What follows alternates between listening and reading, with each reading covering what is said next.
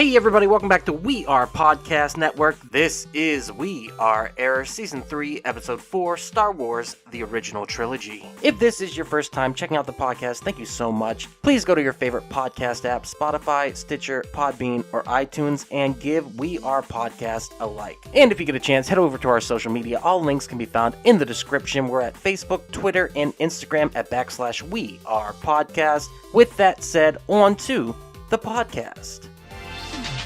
We are rarer. Now, one of them kids on the very first day is usually hustling. I love the fact that you're afraid of things, but then the second you see him again and you're confronted with the actual thing, like, it's the idea that you're more afraid of. Yeah. Because, like, immediately you're like, I need that ghost ass. Like, really?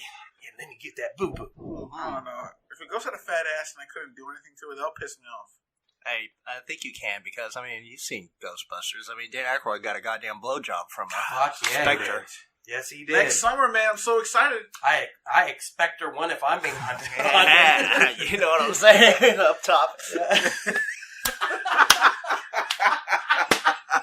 I don't know, would you fuck a ghost? I mean, at this point, yeah. I would. I'm going around looking for haunted houses to buy just for that. Like, you better give me the blowjob. All right, guys, I'm going to take it from here. Everybody step outside. I got That glow job? I got some tests I'm trying to run. You want to give me a blowjob while I'm sleeping? Yeah. Knock once. Yeah. Knock that cup over if you want to suck my dick. Yeah. Oh, you pushed the table. No, I didn't. No, I didn't. Bro, I was standing over here. Yeah. All right, can you leave the room for a minute? I really got to get this EVP session going. I just hear zipping noises on the EVP. Weird slapping sound. I just know that that's diseases waiting to happen. Diseases? Diseases, if you pleases, because that bitch is probably riddled with them. Ghost diseases? Oh, I mean, she probably got the Ectoplasmic gonorrhea! Ectopapillomavirus. I was thinking about this, yeah, like EVP. Yes. EVP, yeah. All right, so you're fucking a ghost, and you do get a ghost-like disease. Yeah, like, oh, what the fuck? Instead of AIDS, you get Gades or something like that, which is ghost AIDS. What the fuck? Instead of crabs, you get goddamn ghost AIDS. Does that mean instead of crabs, you would get ghouls? This shit's haunting me, man. Oh, man, what happened? Well, I fucked that ghost last week, and I think that bitch gave me ghouls. Oh, no, I got ghouls and goblins. I don't know. I got the 20th off, so yay. I told my manager, Jen, I was like, Jen, I need the 25th of December off. She goes, why? Star Wars is coming out. She's like, okay. Nice. Like he'd have a problem. Like he runs a giant nerdatorium, and he's gonna have a problem with you taking off to go see. This is true. They should just be closed for that day, shouldn't they? Right. Yeah. People trying to get their iPhones fixed are just like, no, I don't think. Star Wars Day cannot do it. You will come back tomorrow. Hey, ladies and gentlemen, welcome to the We Are Air podcast. This is Duck. I am here with Jake and Javi. And ladies and gentlemen, what is the We Are Air podcast? The podcast we talk about movies, entertainment, whatever the fuck we want to talk about. Oh, yeah. Today we are going to talk about pure nostalgia. 100% 1980s goodness. Technically 1977, but we weren't there at that point. Oh, Star Wars. We're going to talk about the original trilogy. Yes, Javi, we're going to talk about Star Wars. So, we've already kind of talked about our Star Wars memories, where that came from. But the first movie, the original, we didn't know it was New Hope. We just knew it as Star Wars. Star Wars! So, we're just going to jump into it. 1977, directed by George Lucas on a budget of $11 million, an eventual box office of $775.4 million. I think that's with the re-releases and everything. But this movie was unbelievable success. So I want to start by talking to you guys. The original Star Wars, Episode 4, A New Hope. What does that movie mean to you? Did you see that one first, or we've talked about in the past? I saw Jedi first, maybe. I saw Jedi first. Yeah. I saw Empire first. Okay, and I think I saw this one first, but I'll be damned if I knew what was going on with it. You know, like, it's a simple story. It's a hero's journey where there's a young crusader, there's a damsel in distress, and there's usually an older sage-like character. It's King Arthur. Conan the Barbarian. All of them, man. Like, Star Wars is the archetype of all stories that you've ever heard, you know, and that's probably why it works. You know, George Lucas had in his mind to kind of make it like a serial, kind of like a, not like a life serial. No, but like Flash Gordon back in the 30s. Exactly. He wanted to have people jumping into the middle of a bigger story. And he wanted it to be a space opera, space odyssey. Everything was working against it. There was The no way this original movie was going to title work. was From the Star Log Files of Luke Starkiller, Episode 1, Saga. It's a ridiculously long fucking name. And it really, the script was super confusing. The fact that Chronicles of Luke Starkiller. Starkiller, that's what it is. Yeah. Saga, And the Episode 1. That he got this movie made at all was a fucking miracle. Like I said, budget was like $11 million, of which they went over budget. The movie, behind the scenes, filming it was a disaster. Nothing went right. Weather problems, which happens to a lot of movies. Production problems. The actors were bored and goofing off half the time. They even say in documentaries that I've watched, like, it was silly. We had no fucking idea what we were doing. This movie is a prime example of a movie that was saved in the edit. It is probably the biggest example of that. Because when they got to editing the movie, they were looking at it and they're going, yeah, this really doesn't work. This doesn't work. This doesn't work. And they just started cutting it down. And it's one of the first movies that became a blockbuster, the prototypical blockbuster, where it is simple story, huge action. But for whatever reason, the movie fucking works. So what is it about Star Wars, the original, that works for you guys? I know for me, it's opening with Darth Vader. But the long crawl of the ship itself, you see the sheer mass. Right, the Imperial Star ship coming in after them, and it just keeps coming and coming and coming and coming. Oh, Jesus. I love models. Oh, God. You're my only hope. That and then Vader. Opening with Vader. It's opening with the villain and just presenting such a terrifying... David Proust, who was in the suit, he was a bodybuilder. He's just an immense figure. But in fact, he was the strong man in Clockwork Orange who carried around the guy in the wheelchair at the end of the movie. Yeah, that was him, wasn't he? He was also in a lot of the Hammer horror movies at the time, too. I think he played Frankenstein's monster or something like that. Which is funny because Peter Cushing, who plays his superior, was also in the Hammer Frankenstein movies, too. Yeah. What is it about Darth Vader? That is the perfect introduction to a villain. You just look at him. He's the archetype. Like, you look at him automatically and you gotta go, that's the bad guy. Yeah. Like, there's no explaining it. You don't need to. You automatically get it. And that's obviously what they were trying to, just starting in the fucking middle. What a great opening to say, hey, this is our villain. But, I mean, you don't even need an introduction.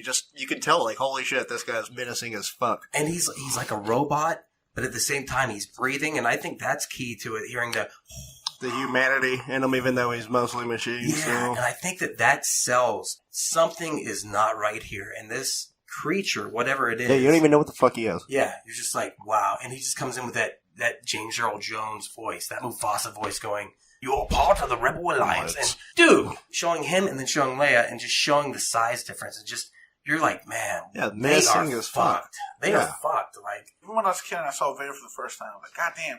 It was weird to see the main villain actually get down and dirty and actually do fucking work. Like, he was flying TIE fighters and fighting rebels in the fucking TIE fighter. I never once seen a villain do that before. He always had, like, henchmen do his bidding for him. And this guy kills his henchmen. He points at him and says, you fucked up. Yeah. Done. And just choking people left and right. It's just like, it's crazy. And you don't really learn it until Empire. That's all he is on top of that as well. He has a boss also. That's why he's out there getting his hands dirty. George Lucas didn't even know that until he decided to make another sequel to the movie. Like but he does have Tarkin. And Tarkin, Peter Cushing's, he is above him. He's his superior. And he listens to him. But you can tell there's a mutual respect between them. He never says, Vader, go do this, Vader, go do that. He just says... Yeah, because I think he's afraid he could choke him out at any goddamn moment. I don't think he could, man. Cushing's is as scary to me as Vader is. Like, he is just cold, calculating, pure evil. Like, yeah, especially whenever he lies to Leia about blowing up. Oh, yeah, dude. What about Dantooine? Oh, dude, so good. What are you, crazy? I just bought a summer home there. Bully! What an idiot. Alderaan. Set it for Alderaan. Oh, it's fucking awesome. Stupid broad. Tell me anything. You can lie to Tarkin. He don't care. Jesus. We go from there to, we're introduced to the other two characters who we follow throughout the movie. Really are side characters, but our main characters, the droids. Oh, yeah. I'm sure that when I was a kid, that's what brought me into it, because I'm looking at it and I'm literally going, hey, look, there's two toys. Or hey, there's two robots there. Like, there's no other movie like that. Right.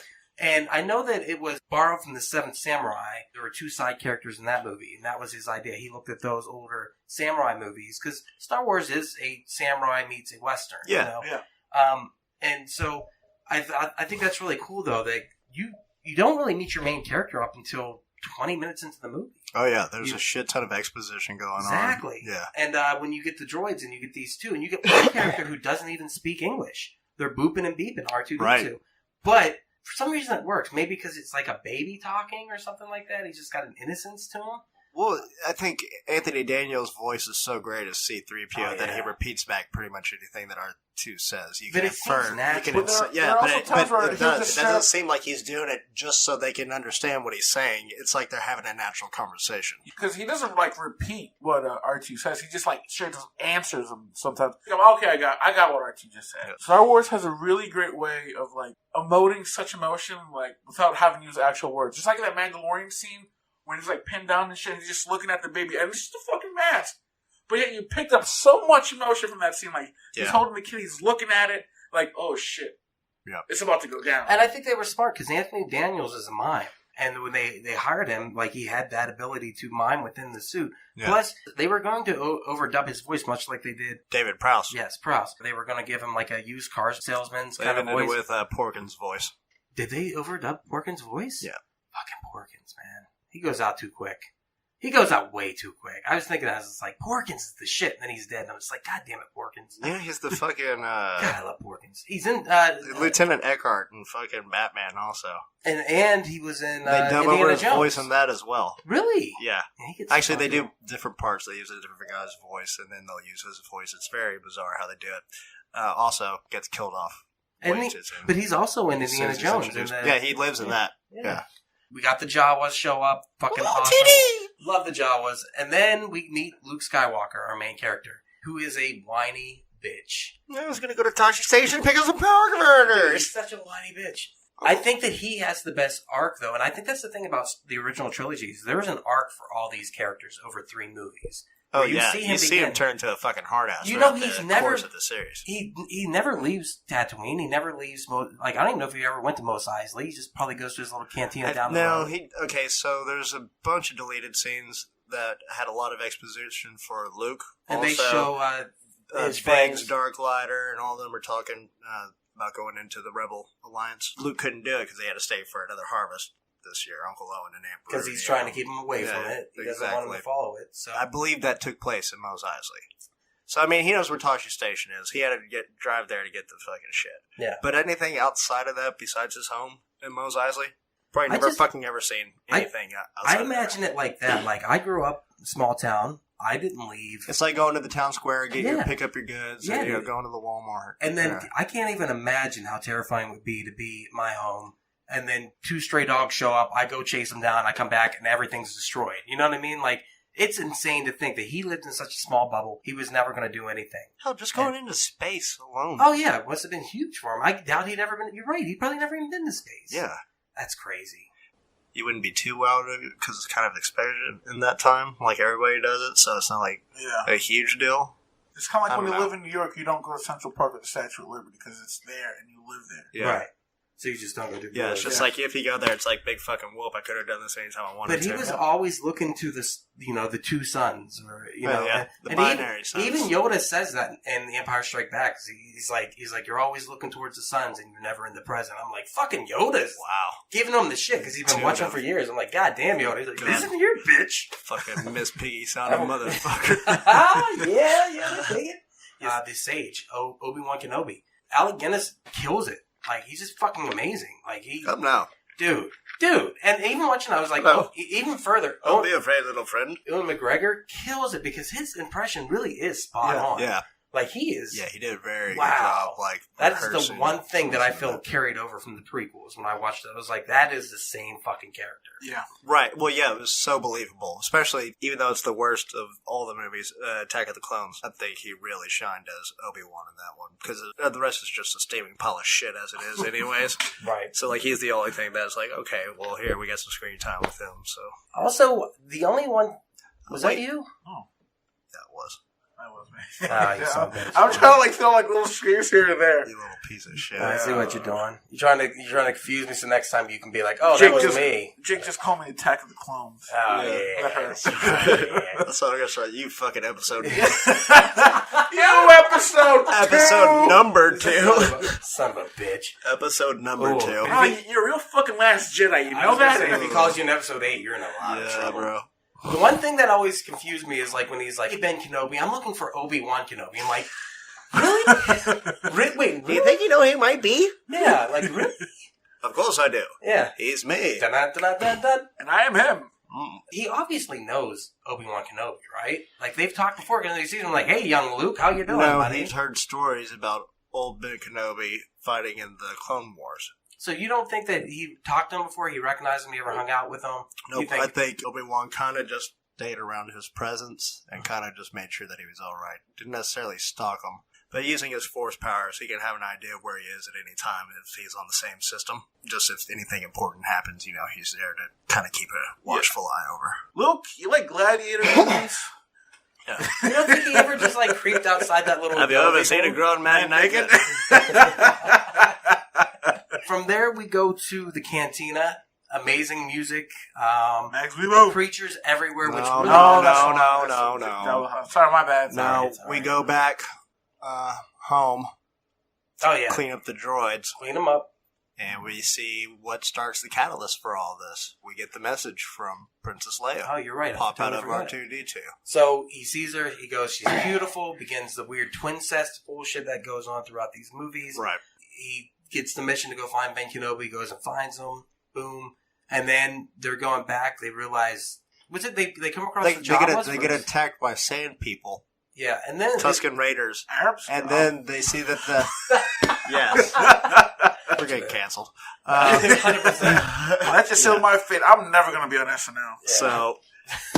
So they come across the Jawas that have been massacred. Right, and then So then the and Obi-Wan's like, the no. only shots that can be this precise in the galaxy are stormtroopers, which is a whole other That's controversy. bullshit. You were right because they can't hit the broadside of a There's fucking a giant sand there's a crawler. giant fucking thread about this whole thing. Why it's an ridiculous, elaborate dude. scheme to keep fucking Skywalker alive. That's why they keep missing every time.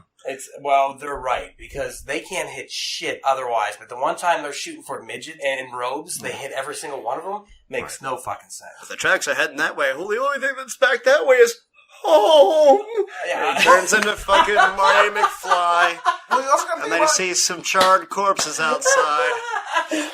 Like cheese stuff. I just wonder if stormtroopers just have selective whether or not they're gonna give a fuck. Because in Order 66, they were insanely accurate. Dude, none of them gave a fuck in the episode 4, though. Like, you see them, they're just, sliding around in the fucking Death Star. They're fucking bumping their heads in and shit. They're just like, It's very much. It's get- Benny Hill music. So all you the think time. they were just like clones of clones, just getting stupider and stupider? Yes. Yes. It's a multiplicity idiocracy. situation. The What? fucking imperial idiocracy. Oh, dude, 100%. And they need to put some handrails up in that fucking Death Star because I don't know about Jesus. you guys. Those but- two dudes on the end, man, they got the biggest balls in the world. They're I like, know. here, we'll give you these giant helmets in case you fall. All right, you know what? That makes sense. I like that a lot. He goes home. Aunt Beru, Uncle Owen are dead. We watched the Stormtroopers original fan film. If you've never seen it, Stormtroopers, where it shows what really happened there. It's Beru's fault. And then he comes back and he's just like, well, I guess I gotta go with you because everyone's dead. Yeah. All the blue milk's out of the fridge and fuck it. I got no more Jimmy Chuggers and blue milk. bullshit. I got nowhere else to go. You know, they didn't burn the inside. I know. Yeah. Then a cutscene where he goes back and he's just like, Everything's I could really fix up this place. yeah. I mean, go become a Jedi or have a bachelor Or they pad. go to open up the fridge and there's nothing in there No because the blue milk. stormtroopers ate it all. It's like Empire. That's how he begins his journey against. He comes Darth back. Vader. Oh, I got no lunch for tomorrow. Let's go. Fuck it. Yeah, all right, you creepy old man. Just keep your hands to yourself. Oh, I love it. So they end up going to Mos Eisley. They run into the stormtroopers and one of the best scenes ever. He's another droid you're looking for. I'm nuts on Megan's Law. Yeah. This man is not on Megan's Law. Move along. Legally, Move I have along. to tell you that I am No, not fuck a you. pedophile. So they get through the stormtroopers, which is hilarious because they were looking for him anyhow. Why didn't later, whenever the stormtroopers find them, why didn't he just stand outside the ship and do the same thing? Like, these are not the droids. These are not everyone the droids. that just These are not walked the up droids." to him and just like, That's what I couldn't understand. I'm just like, this guy's got the Force, and he's one of the most powerful Jedi ever. He could just be like, walk the other way. You're good. Forget what you saw. Forget what you saw. So Forget what you saw. he would be drained. He would be fucking drained.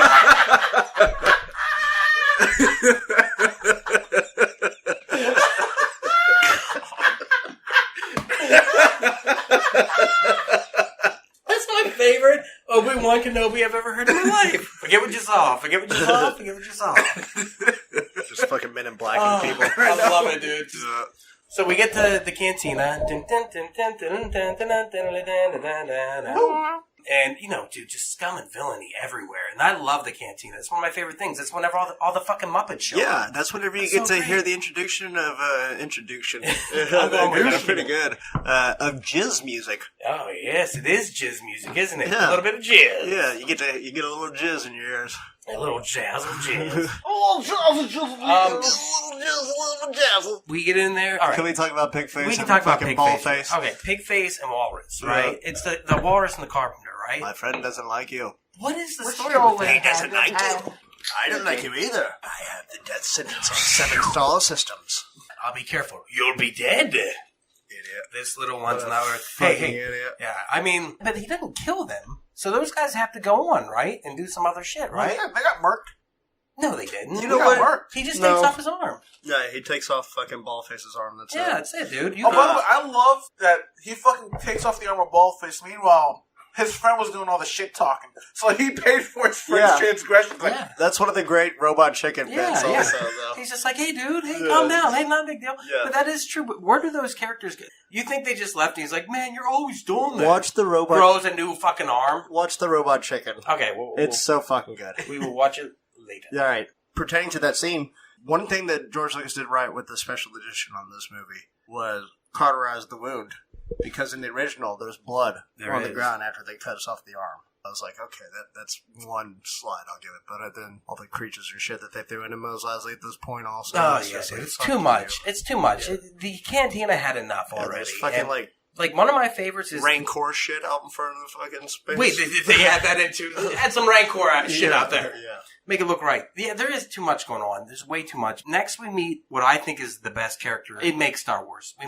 We meet Han Solo. Oh, of course. Period. Done. That was Chewbacca our- and Han Solo, but I mean, Han Solo is Star Wars. Like, Definitely my favorite growing up. oh my god, still Yeah. my favorite. Everyone, like, he's just got swagger. He's got style. He'll take a a piss on devil may anyone. care Dude, attitude. he didn't give a fuck about nothing. And he's got an arc over the 3 movies too that I noticed for the first time, where I was like, holy shit! Like, when you begin Star Wars, he's jaded, he's cynical. He's He just doesn't Out for Roll himself out and for Chewie. himself. Exactly. And then by the time you get to the 3rd one, he's just like an old dad, just like chilling and having a good time. He's just Especially happy whenever you shit. get to the 7th one. And he grew to care. Yeah, 100% he is an old dad.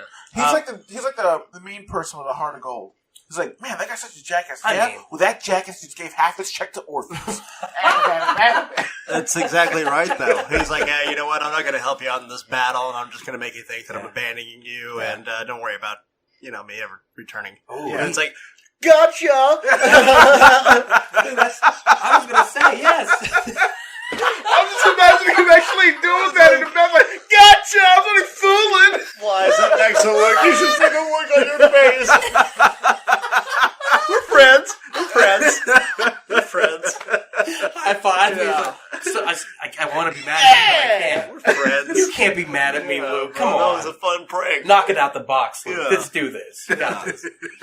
Shit, that's great. It's true though. Like he's just awesome. I don't know how to put it. Like everyone wants to be Han Solo when they grow up, okay. right? Like, oh yeah, we gotta talk about Greedo real quick. They agree to get the space Yeah, transport, Greedo. bounce out of there, and then as Han's going to leave, I was just coming to find you, Greedo. And you get that fucking scene and the showdown. Now, who shot first? Han or Greedo? Han. Originally, it was just Han shot. There was no other We all stuff. know this. The new version on Disney Plus has the addition of before Greedo gets murked. He goes, McClunky. I don't know what the fuck it means, but I've been saying it all week because it's just fun to say. McClunky. Well, I just can't really picture Han Solo, where he is right now in the story. He's not a cold-blooded killer, so we're just going to... He wasn't that first one. We're going to have him move his head just slightly to an Oh, end. dude, it looks so bad. And he ducks, Greedo shoots first, and that's canon. George, do you feel like this change really matters in 2019? Do you think it's important? I'm sorry, I'm too busy counting my money. What was that? George, the fans really are against the fact that you've changed the scene so many times. And how do you feel about that? Fans. That's cute. Did you watch the documentary, The People versus George Lucas, George? I'm sorry, I'm busy counting my money. I don't know why he's changed the scene so many times. He's done it like 3 or 4 times. Okay, so you just had this, the adding of fucking McCluskey or whatever the fuck it is, and a Clumsky or whatever the fuck it is. So I think he just does it to piss off the fans. Yeah, you get the original where Han shoots first and that's it. Then you do the remastered special edition where Han ducks out of the way and then shoots Greedo. Then they have the one where they go back and they both shoot at the exact same time. And now it sounds like you're saying they do the same one where they do shoot at the exact same time, and then he says, McCluskey. He says McClunky right before he McClunky. He goes, McClunky, and then they're just dead. And then he flips the fucking quarter and gets out of that bitch. Yeah. That's my favorite part, though. Yeah, take your tip, bitch. He's just like, yeah, so that it negates all of it. Yeah. It kills that whole fucking scene. And then they added the scene afterwards where Jabba shows up and he's like, oh, Solo. God damn, dude. If they would have just kept him as a regular person. I mean, but it does introduce Boba Fett to the original. Han, my boy. It's weird seeing that, and it's a weird scene that added, but you do get to see Boba Fett. Yep. And there's a weird moment where Boba Fett literally looks at the audience like, yeah, it's weird. Yeah, he does. He looks at the screen. How do you know? A little breaking of the fourth wall. And Space Adventure begins after that. It's Star Wars after that. Everything was introduced, all the characters, including Leia, who we don't know much about, but we know she's strong-willed. Force. But man, that movie from there is just a fucking ride and a half. Right. It's a heist movie, and then it's a fucking aerial battle, and it's just up to the end. Star Wars just fucking works. Like, right. God damn it. So good. So goddamn good. Yeah, it's amazing storytelling.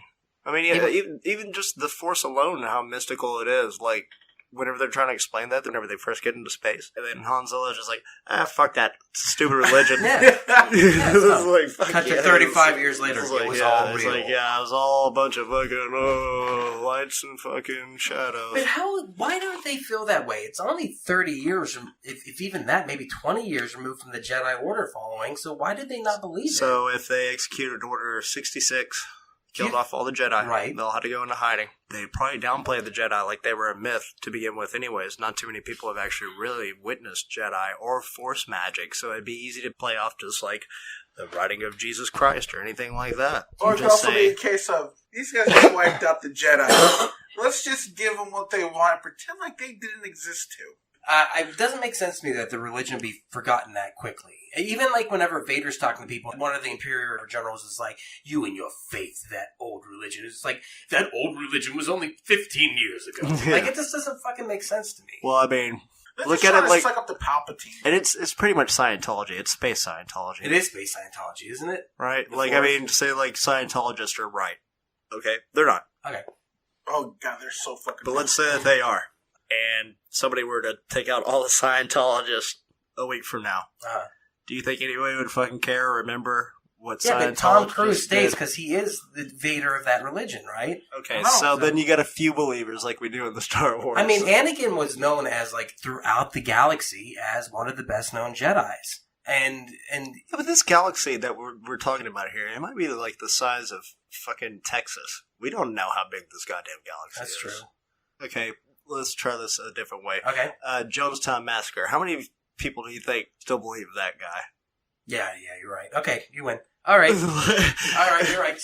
Drink the space Kool-Aid, bitches. All right, done and done. The blue milk, if you will. Right. Adventure continues. They go through the heist throughout the Death Star. They go save the princess. She's such a righteous bitch. I just love everything about her. She's just amazing. I thought I could smell your stink from here, grabbing off target. My favorite part is whenever she busts in there and he just kind of does the sideways look. She's like, a little short for a stormtrooper, aren't you? You next cunt. And he's just like, oh, yeah, what? Excuse me? Yeah.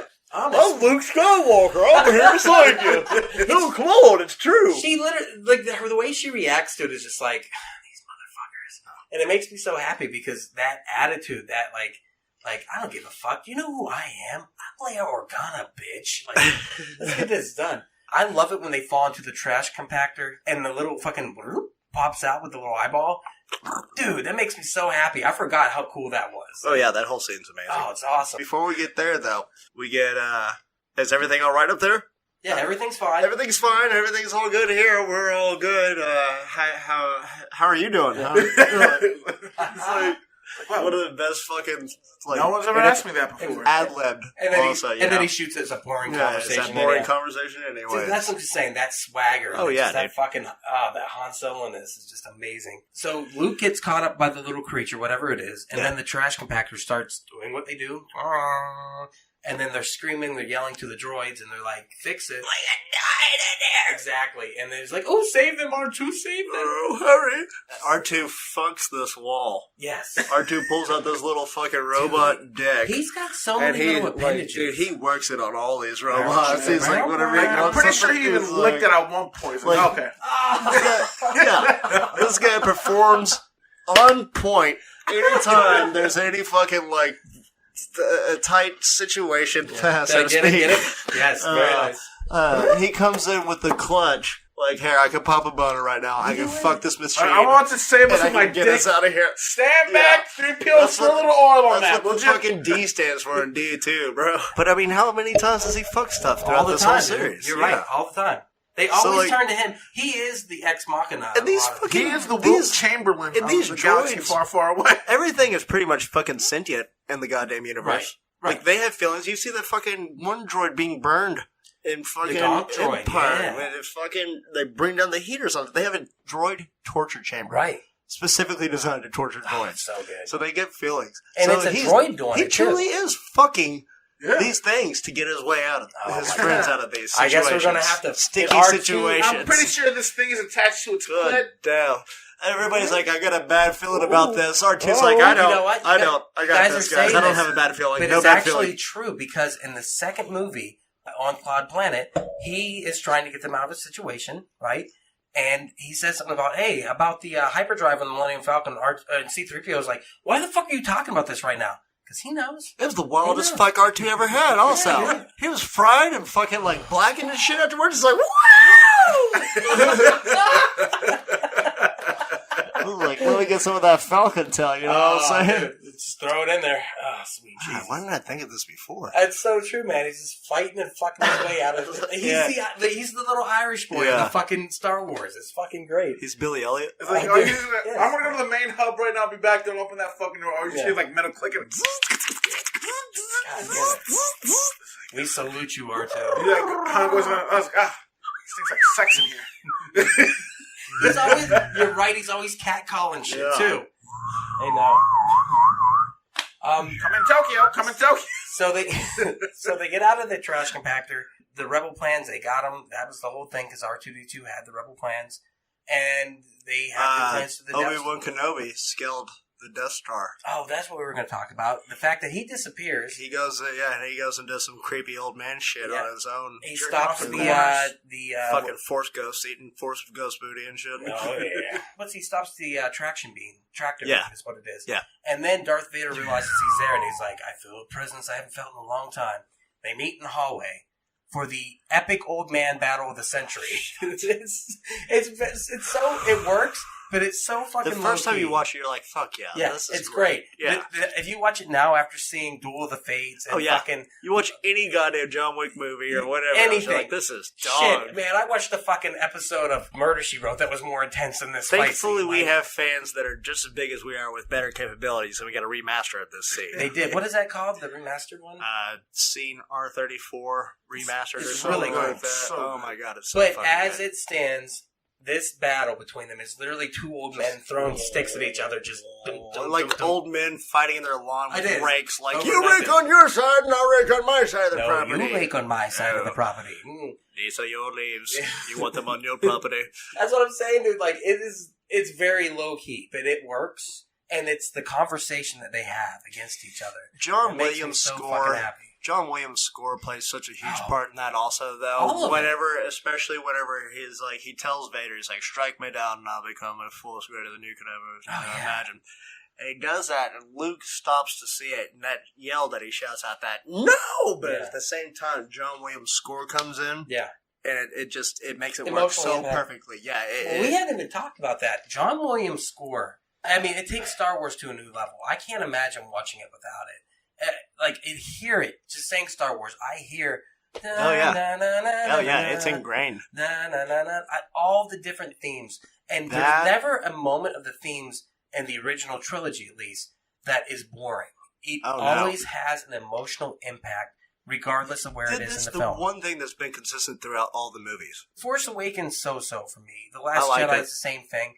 These and a lot of the prequel soundtrack are amazing. I've literally Duel of the listened to Fates those. is fucking amazing. But I will say the original trilogy, just the motifs, the themes, they just hit. They hit over and over again, and they emotionally resonate. I was watching the Empire Dreams documentary before you guys showed up. Yeah. And George Lucas was talking about, like, very few things in the original Star Wars lived up to what I wanted. He goes, but the score was the one thing, the first time I heard it, I felt like it was beyond what I expected.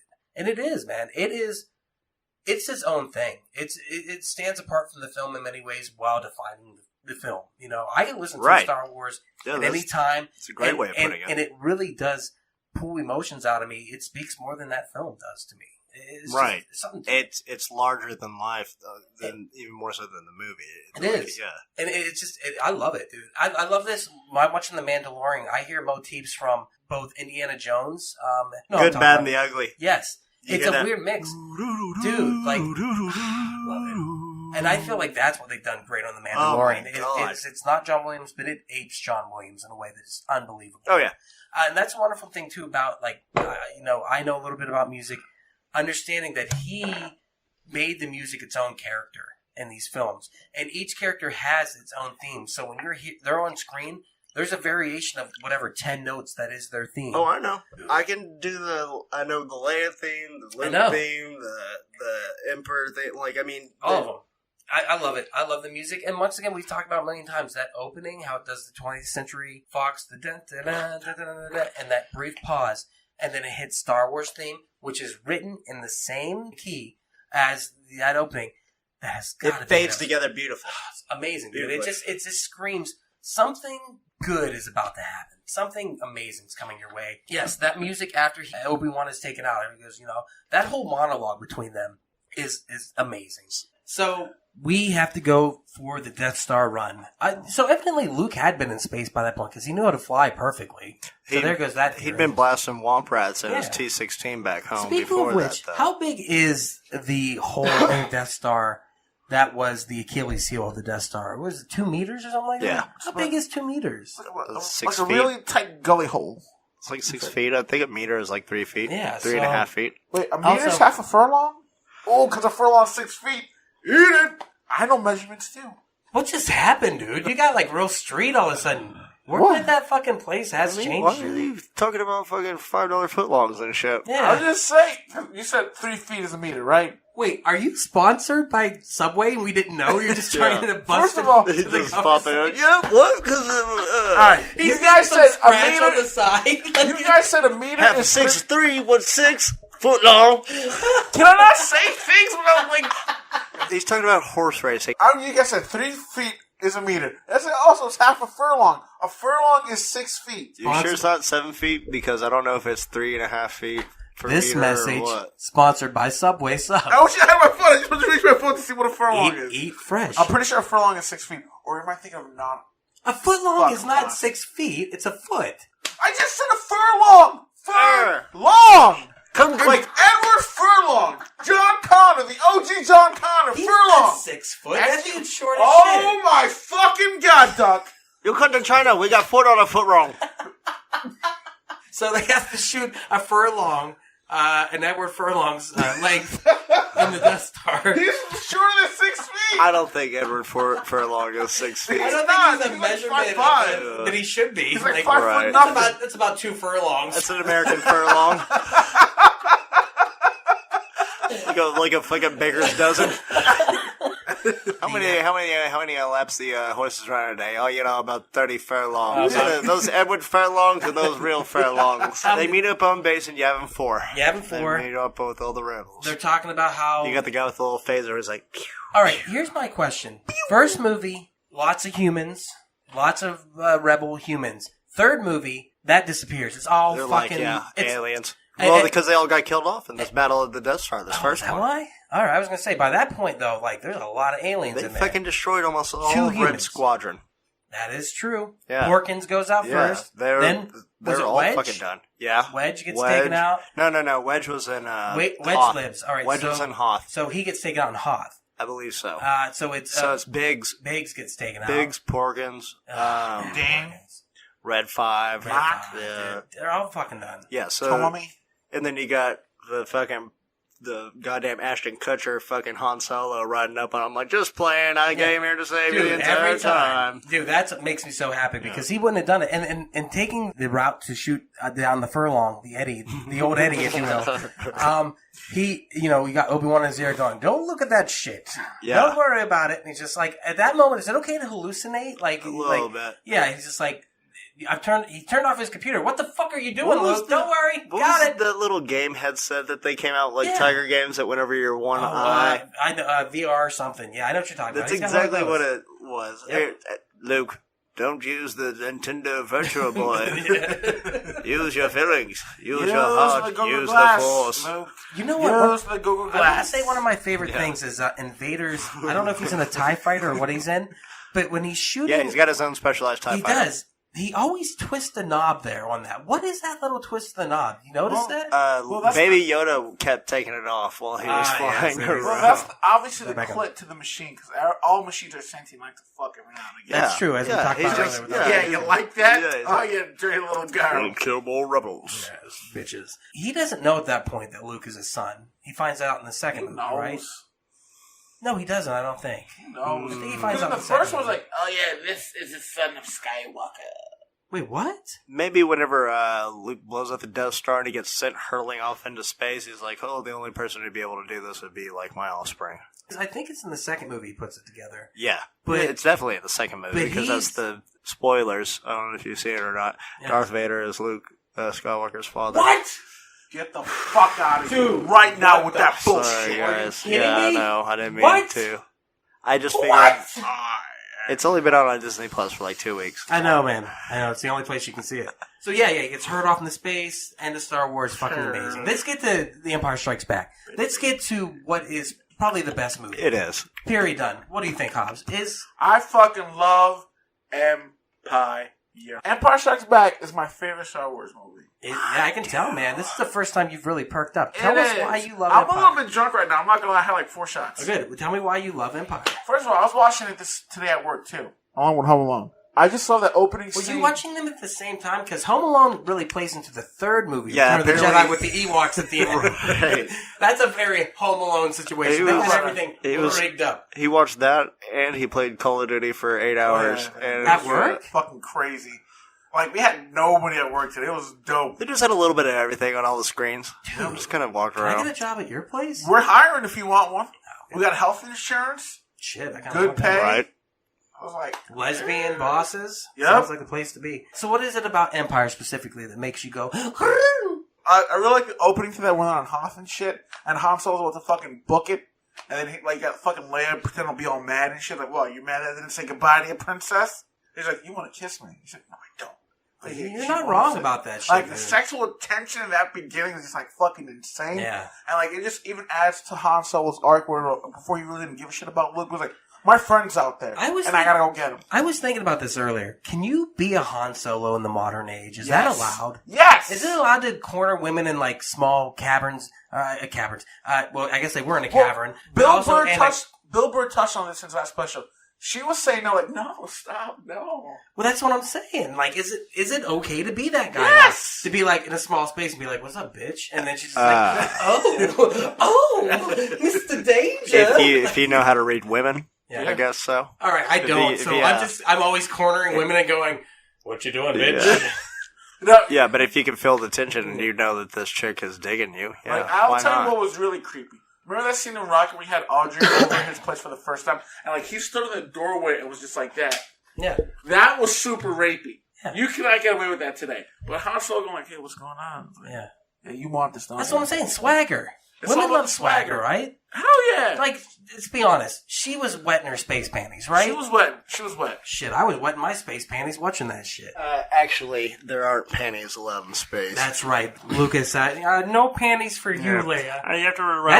That's based on a true story. It is actually. Yeah. We told Carrie that she had to take off her bra and panties, and we just started filming. Mr. Lucas, follow-up question. Are you a space pervert? I'm sorry, I've got my money all the time. Ladies and gentlemen, that's called a callback. Yeah, hanging out in Hoth. Not only is she wetting her space panties, it's freezing up a little bit. Luke is out there. She's got fucking, like, snot fucking sickles coming out of her fucking, like... Ugh. I also love that it continues the theme of, like, we're going to fuck up everybody's hand. Han just breaks one off and puts it in his mouth and walks away. It's like, I gotta go save your stupid brother. Yeah, I like the flavor. I'll be back. Okay. Mentos freshness. Flavor of the Force. Mentos. The Force flavors. So, out on Hoth, I love the whole beginning. We skipped, I was gonna say, you totally beginning. skipped over the whole fucking beginning. Dude, the beginning. You went straight into them having the Which is fine. sexual tension and shit. It It is great. It is. But the Tauntaun introduction, the fucking cutting his goddamn stomach open, stuffing your fucking Wait, that friend in wasn't there. the beginning. That was afterwards. Well, Luke gets caught out there. Yeah, he does. And he gets hit by the Wampa. The Wampa Wampa takes him back to his cave. Love Wampa, dude. And then love the Wampa. that's another one of the best parts of the special edition where they added in the added Wampa. Yeah, because before it was just a puppet that went like. Well, the Jim Henson's creations weren't quite there where they needed. Not yet. Dodgy at best. We'll get to the one that was. This new Wampa that they created for the special edition was great. Badass. Man, he even looked scary as fuck. Right. Whenever that scene where he's hunched over, fucking eating his goddamn tauntaun. Yeah. And then he just rises up like, and you feel the tension fucking building, and he's moving the saber. Quick question though: how did the Wampa get him hung upside down? Did he piss onto the snow and shove him up there? Well, I think it may be one of those birds. Like, you know how there's this bird that will use its spit to make a nest. Okay. So I wouldn't be surprised if that's like Wampa spit. It's like Wampa. I would think Wampa. I would think Wampa dung. Yeah, scat. But it was ice though. It was clear. Wampa so scat. You tell me that Wampa's a Scampa lot of their fucking source of protein and what they intake in their diet isn't going to be a lot of snow and ice. Yeah. So speaking of which, in the Tell game, me that. remember in Shadows in the Empire, when you are in the Hoth base, there are Wampas invading the base. That's based on a real scene that was cut out of the movie. Deleted scene where C-3PO tears the sticker off the door and the stormtroopers go in there. Snowtroopers. Correct Which myself. look badass, by the way. They do. I like those. Another reason why Empire is so fucking dope. Right. The entire design of the entire fucking set. Even the outfits that they use on fucking Hoth are great. Yeah. The Rebel Alliance dudes with their snow armor and Yep. the fucking like the bandanas and the hats and the goggles and shit. It's like, dude, these guys it's are, good. So good. And like I said, the deleted scene, a couple of Wampas show up and kind of raid the base. Like, they're getting out of there, getting the hell of a dodge. That Wampa Containment Center also. Wait, what? Yeah, so whenever the snow troopers are coming in and they're trying to escape, they're trying to get to the Millennium Falcon to get the fuck out of there. C-3PO tears a sticker off the door that says Wampa Containment Center. No shit. And snow troopers go in there and get why fucking are they massacred. containing the Wampas? I don't know. Dude, why Scientific samples? Maybe wouldn't you want to keep an army of Wampas just in case shit went highly trained Wampas, yes. Well, an army of highly trained, individually certified Wampas. Mutated, highly ill-tempered Wampas. One jumps out with a top hat and a monocle going, yes, I come here to see. Just like Bricktops from Snatch with his freaking laser beams attached to their freaking heads. So, the other thing we gotta talk about is the Battle of Hoth and how epic it is to see giant robotic camels versus small fly creatures. Where's your ad? Where's your ad? Where's your ad? Where's your ad? I love it. The Battle of Hoth is like whenever you amazing. first say it, you're like, holy shit, this is amazing. And it's still as you get but as you get older, you kind of see the design flaw. in it. Like, how is this even viably possible? You're just like, oh, I this really giant. like You're this like, as a child. That's what I'm saying. Why did they need giant snow camels? aesthetics Dude, it's still badass helps to look tell the at that. story. What I love is the fact that they didn't change the stop motion animation. They left that in. It's flawless. Dude, it's amazing. And It's it gives it flawless. an otherworldly kind of robotic feel to those Right. things. You're Just looking so at good. something that's I mean, there's only man-made, like 3 or 5 of them, and they seem like the most terrifying things ever. And they're coming to get the. maybe that's why it's fear tactics. Also, I love that whole You know what's scene. really going to scare them? A giant robotic white camel. Hey, dude, if you saw that outside right now, That'll show you'd be 'em. pissing your pants. Tell me you wouldn't be afraid if you walked outside and saw that. Well, yeah, if I Tell was a you rebel, what, that would scare me. I would be afraid if I had not already seen Empire Strikes Back.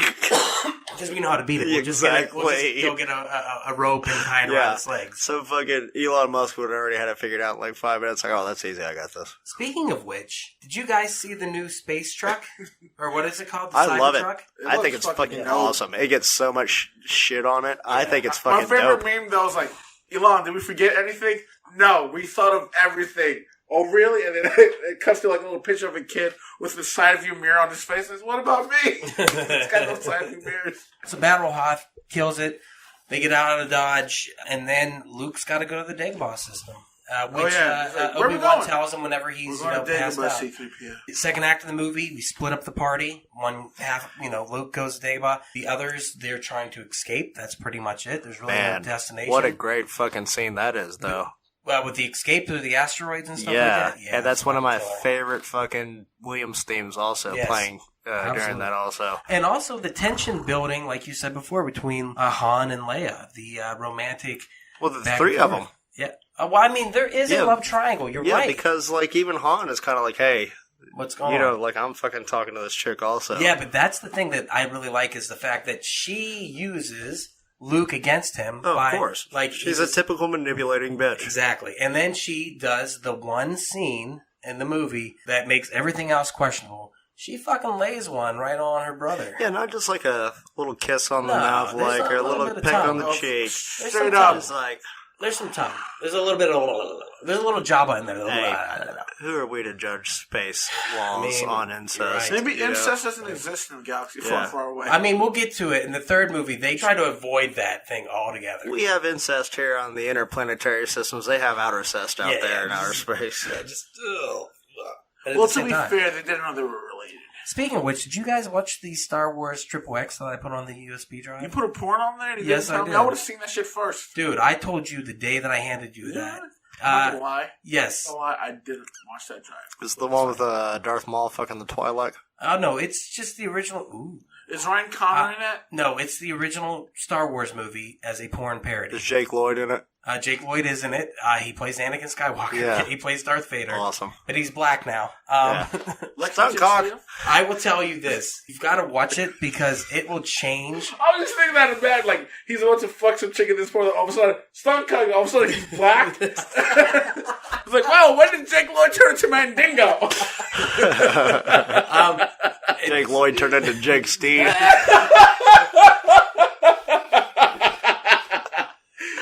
Oh my god, that is awesome. Good. Oh my god, bro, I fucking love you so much for that one. Here's the mistake I made.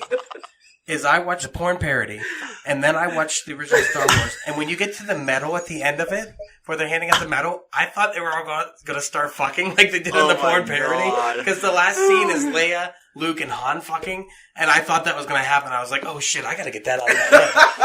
Because it doesn't end that way, but I feel like I should edit it back in and put it and hack Disney Plus so everyone sees that version. And for Chewbacca, I don't have a medal for you. I have something else. Even Chewie gets it. Chewie gets he gets the pounds of puss in that fucking movie. Red Rocket, man. Dude, I should have made it that. They didn't. Red Rocket. I watched all the scenes in that movie. Did he, like, let out a ferocious Chewbacca Oh, groan yes, whenever 100%. he fucking finished? Yes. Oh, fuck, yes. Yes. I'm all boned up. I'm ready to go watch it now. What cracks me up even more is the girls are sucking his dick and like the hair keeps getting in their mouth. They're like, They don't know. They don't know if it's theirs or his. They're just like, fuck it. I'm like, we'll hold your hair. You hold our hair. definitely. Imagine having a nylon allergy. I don't know if I should be having this in my mouth. Check it out. It's nasty. Back to the twin sets. Did you just get sprayed for ticks? You have flea drops down here. Oh my God. Fuck it, I'm getting paid. Is that a flea collar or a cock ring? It's a bit of both. Yeah.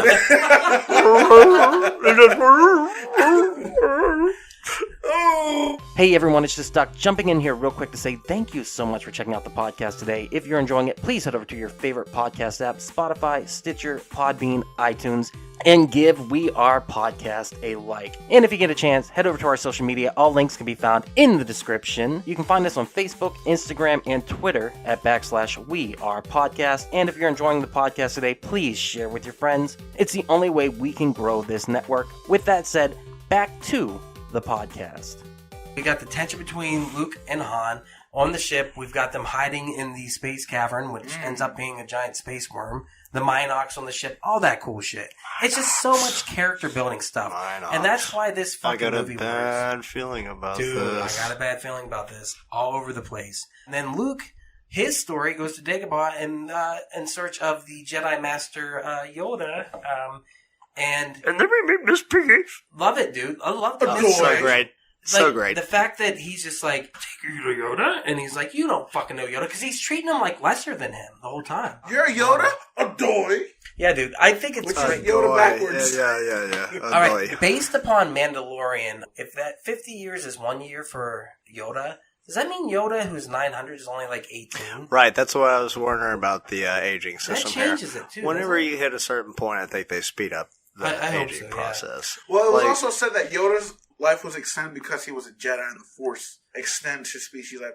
And I also been reading that maybe he's not a species. Like, it's been said that Yoda's people are like something called the Wills, which is essentially a manifestation of the Force itself. Scientology is right. They're like Thetans. Elrond was correct. Yeah. That would make sense, actually, because I don't know what the Wills are. I just know it's Journey of the Wills, right? Nobody fucking knows what. So maybe that's like there was even a card back in the 70s. Lucas always said that he wants nothing done about Yoda. Nothing about his history, his species, his genders, or anything like that. Yeah. And there was even a card that he had banned and pulled from a line that showed 4 different of Yoda's species worshipping one god, which was like one giant fucking Yoda. And he's like, no, you're not putting that out for publication. Wow. And he never did. He had that shit pulled completely. Yeah, but he left the C-3PO with the goldenrod in the card set. That was also the Triple X parody. Yeah. Like, I've watched a lot of Yoda shit lately, and it's like pretty fucking interesting. I think we're gonna learn a lot about Yoda here coming up, especially with the Mandalorian and that goddamn cute little Yoda. That thing. It's been 2 weeks. Episode 2 and 3. You tell me that isn't the fucking cutest thing. When he just pops up, whenever the whole ship is taken apart, and he just pops in, and he's like, "Hey, what you doing here?" And he's got a look of like, "This is cool." Yeah. I'm just like, I want one. Yeah. Speaking of which, who doesn't? They should be releasing Baby Yoda toys by the end of this weekend. So I can't fucking wait, dude. So did you hear what happened with that? No, what happened? Jon Favreau, because you know how staunch Disney is with their merchandising. I mean, Star Wars practically just a toy company.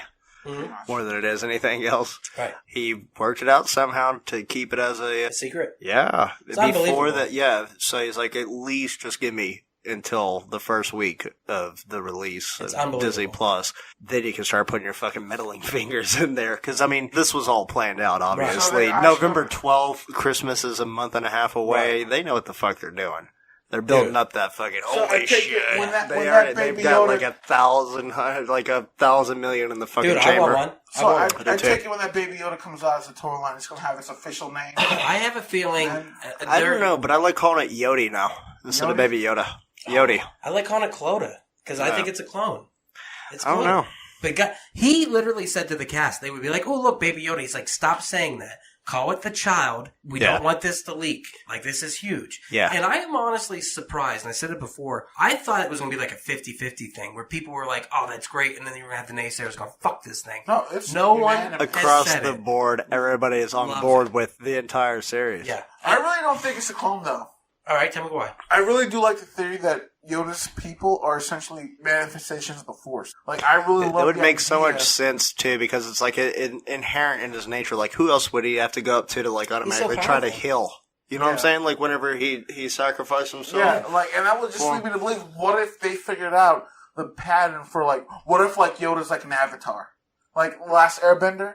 Like, for the Last Airbender... So he can just once he passes on, he becomes a Force Ghost, and he can just manifest himself again. Okay, so the light side manifests Yodas, which are good.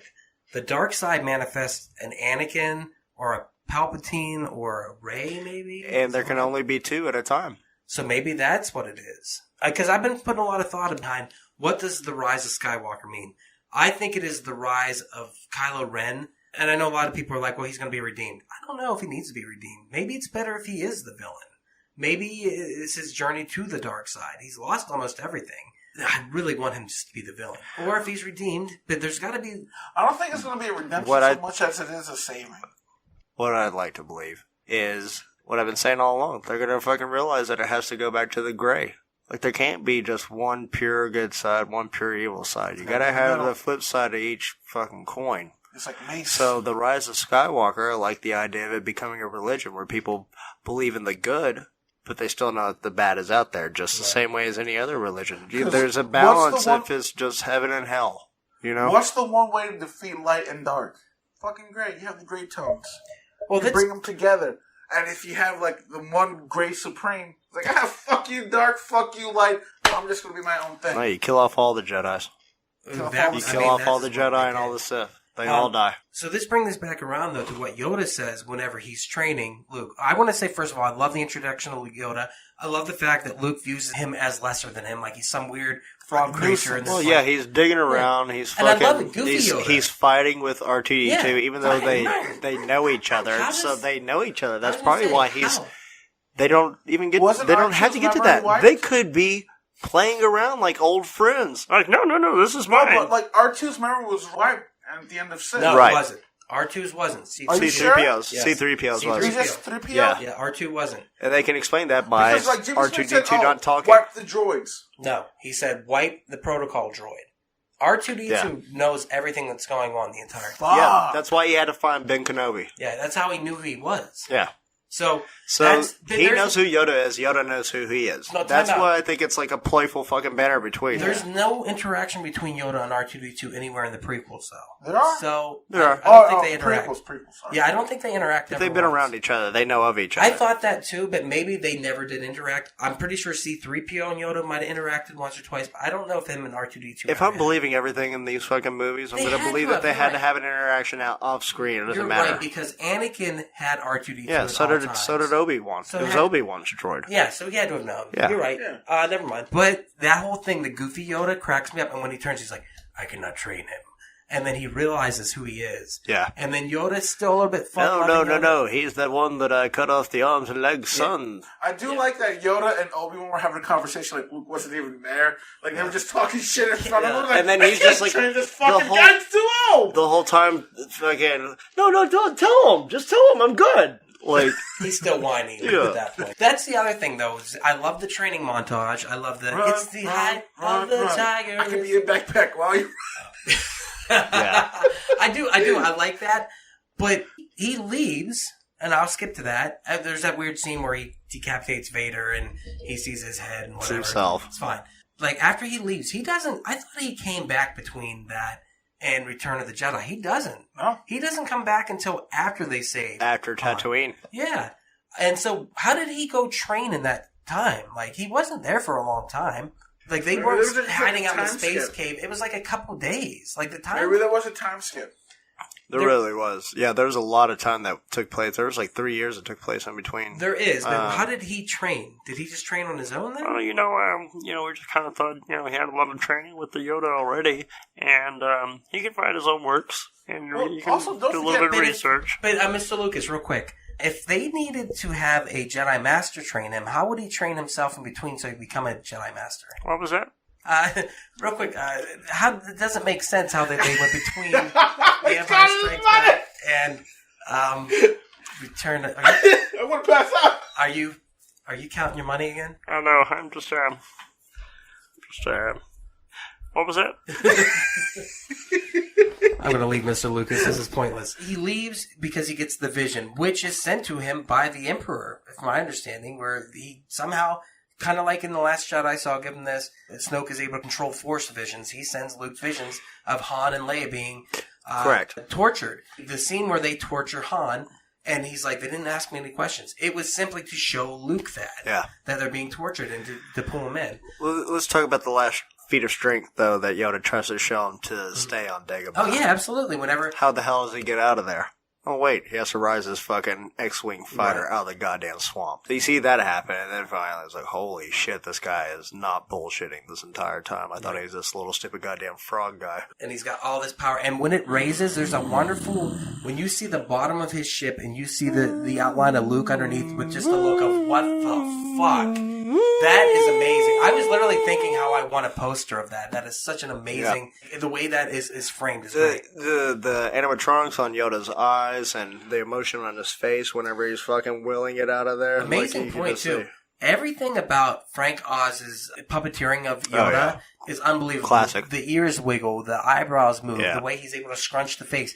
That is not a puppet. That thing is alive. Yeah, they have animatronics in there that are working like the ears and certain parts of the eyes, but he's also working a lot of it with his hands as well. But I mean, this is like a crew of 3 different guys working this one thing. Yeah, and it bringing life to it. Yeah. You could not even discern it. I think they even said on the set they wouldn't talk to Frank. They would talk to fucking Yoda like they were talking to...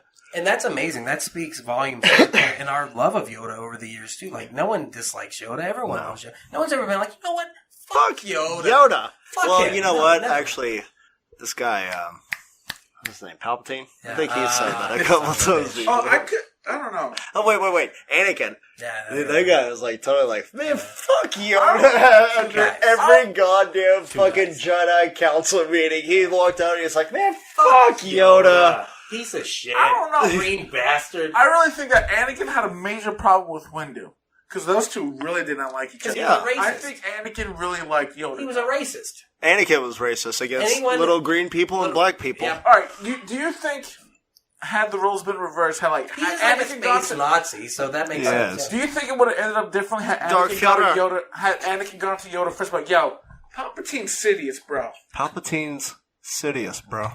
I mean... It would work. You think when you have like the arrogance was like, yo, I'll take care of this kid. Just you think Mace Windu would have said that? What are you trying to say? What are you getting at? No, I'm just saying. I think Anakin had a better rapport with Yoda than he did Windu. I'm very drunk right now. Anakin begging again. So he pulls the ship out of the muck. And he goes, I'm having these visions, I gotta go. He's like, don't go. And he's like, I'm fucking bouncing, Yoda. I'll see you later. What does that mean whenever he says, though, he's talking to Obi-Wan, and he goes, there is another? Is he talking about Leia? Or is he talking about something different? Leia. Obviously, he's talking about Leia at this point, because in Jedi, they blatantly come out and say it. She's fucking strong. Now they can fuck. Yeah, really. Like, what the fuck? That's one thing that they fucked us up with, though. If that were the case, they should have fucking had her use Force powers in the third one. Right. Have a duel between Palpatine and Vader versus Leia and Luke. That would have been dope. And he wins back both his son and his daughter, and they both kill fucking Palpatine. They redeem their father. They go on. She fucks Han. Supposedly in Episode 9, Leia was supposed to be the main character, much how, like, Han was in Episode 7, Luke was in Episode 8. 9 was supposed to be her film. So that was kind of changed. So maybe she was going to come out and fucking... I don't think so. I think they said that after her. I think that's post-mortem. Oh, okay. Because if that were the case, she would have already been blasted all over the first Force Awakens. As opposed to relegated to a small fucking part, which she was. She was. And Rian Johnson, not knowing shit about anything, made the executive decision not to let her just die whenever she's blown out. Or, even better, put her in Captain Holdo's place and have her fucking... Yep. She should have been a sacrifice. They could have changed that shit. And just because they want to have that scene at the end is fucking stupid. Yep. That means nothing. But that was a pretty cool scene when she, like, was floating in space. And okay, it doesn't even make sense. Oh, no, it wasn't. A lot of people don't like that. I don't like it. I wasn't against Mary Poppins moment. Like, I was just like, all right. Well. It felt forced. Oh, wait. To me. I see what you did there. I see what you did there. So, Luke, back to Empire. Luke. I can't even look at you right now. So Luke ends up going to Cloud City, which Bespin. So Bespin is the mining planet, right? Above it is Cloud City, right? It's in the Lando star system, or no, that's not a star system. The Lando system. So they get there. Lando's not a system. It's a person. It's a person. It's the best person. It is Billy D. Williams, Colt 45. So we're introduced to the missing, which we didn't even know there was a missing piece to this puzzle, but there was. Lando is very important to Star What are you Wars. up to, you old pirate? I fucking love Lando and Han's interactions. Like, I buy that shit. Like, they are friends. Like, they've known each other for fucking years. Dude. Yeah, okay, Yeah. Han. Yeah. I see how you feel. Han bought that bullshit also. No, I mean... They're like the odd couple. Felix Unger and fucking Well, Oscar. he did play him dirty. You're right. And then that whole thing. But I love his interactions with Leia, too. Like, he's like, you into this chick? You into this chick, huh? All right, let's see. You truly belong here amongst the You crowds. truly do belong to us. I'm like, God damn it. So, Lando, he owned the Cloud City? Is that what it was? He was the mayor? district attorney of Cloud City, much Like- like he was of Gotham. And they asked his advice on everything, and they made him in charge of everything. And he was in He's the charge Harvey of Dent of this he was bitch. in charge of the fucking Christmas ball for some reason. Like, I'm the goddamn DA here, all right? Listen, Motherfucking I'm the Harvey DA. Dent. What do I care about the goddamn tree lighting? He got done dirty. You mind if I interject with something completely different? Yeah. And I would just want to say it now before you... We're on a Batman thing right now. All right, I was thinking Why are you about asking him? I brought up Batman. You brought a Batman. I was thinking about Mr. Catman. Mr. Catman. And I really want to do an animation. I think we'll actually get started on sketching out this week. Where it's just like... Did you even ask my permission? I invented Mr. Catman. You did, but you're going to like what I have planned. I'm going to have like him interrogating another cat. As it's like he's asking all these questions like, where is it? Where's the litter box? And the cat goes, meow, meow to me. And it's just kind of like that. I like it. I like that one. Alright. Back to Star Wars. Sorry. You're I'm fine, not man. here right now. Keep I'm on tired and filled with alcohol. was And good. no food. That was Let me see good. if I can... Meow to me.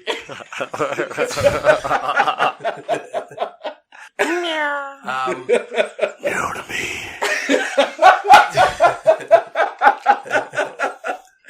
Oh, We go on Cloud Oh, City. Cloud City.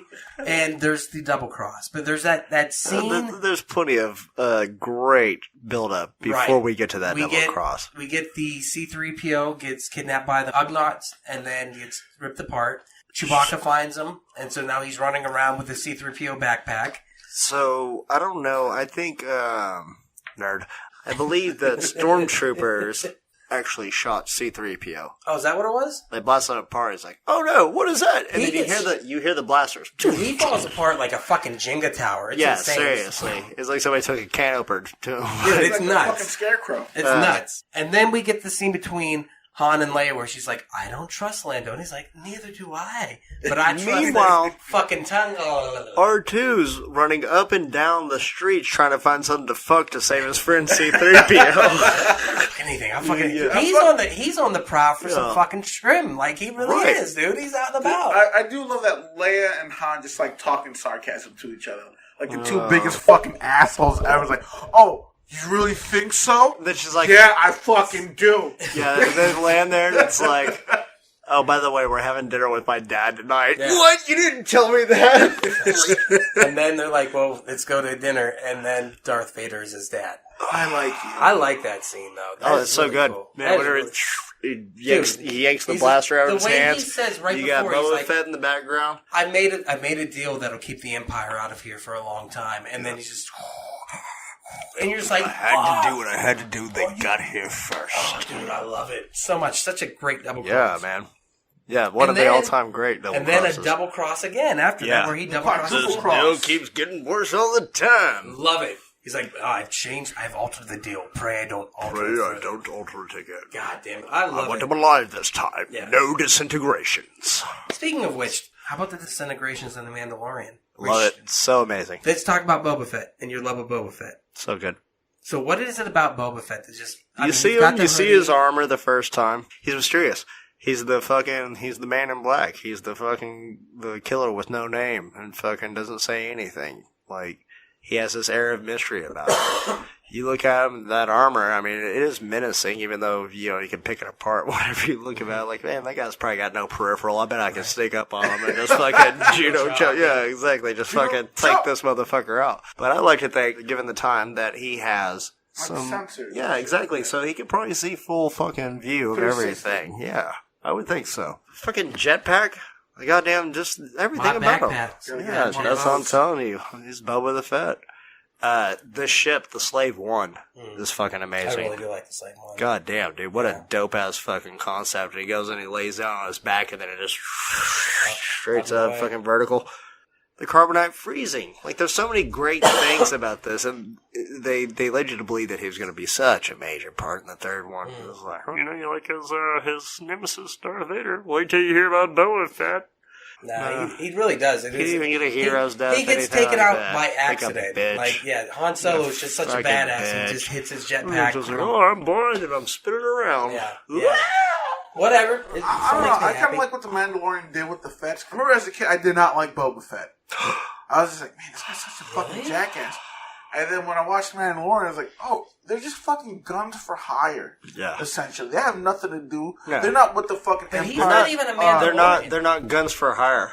Well, They're that's bounty hunters. disputed also. That's in the extended universe or expanded like, universe. He's essentially, not. He stole. Boba. Supposedly stole the armor. Yeah, he there's stole a the different. There's another one where he actually is a Mandalorian. Okay. So there's a couple of different ones. It's spotty at and it's best. like either way, they had no connection to the Empire or their agenda. They were just like, Mandalorian you need is a- somebody caught, we'll catch him. We're the fucking best at this That's shit. not even that.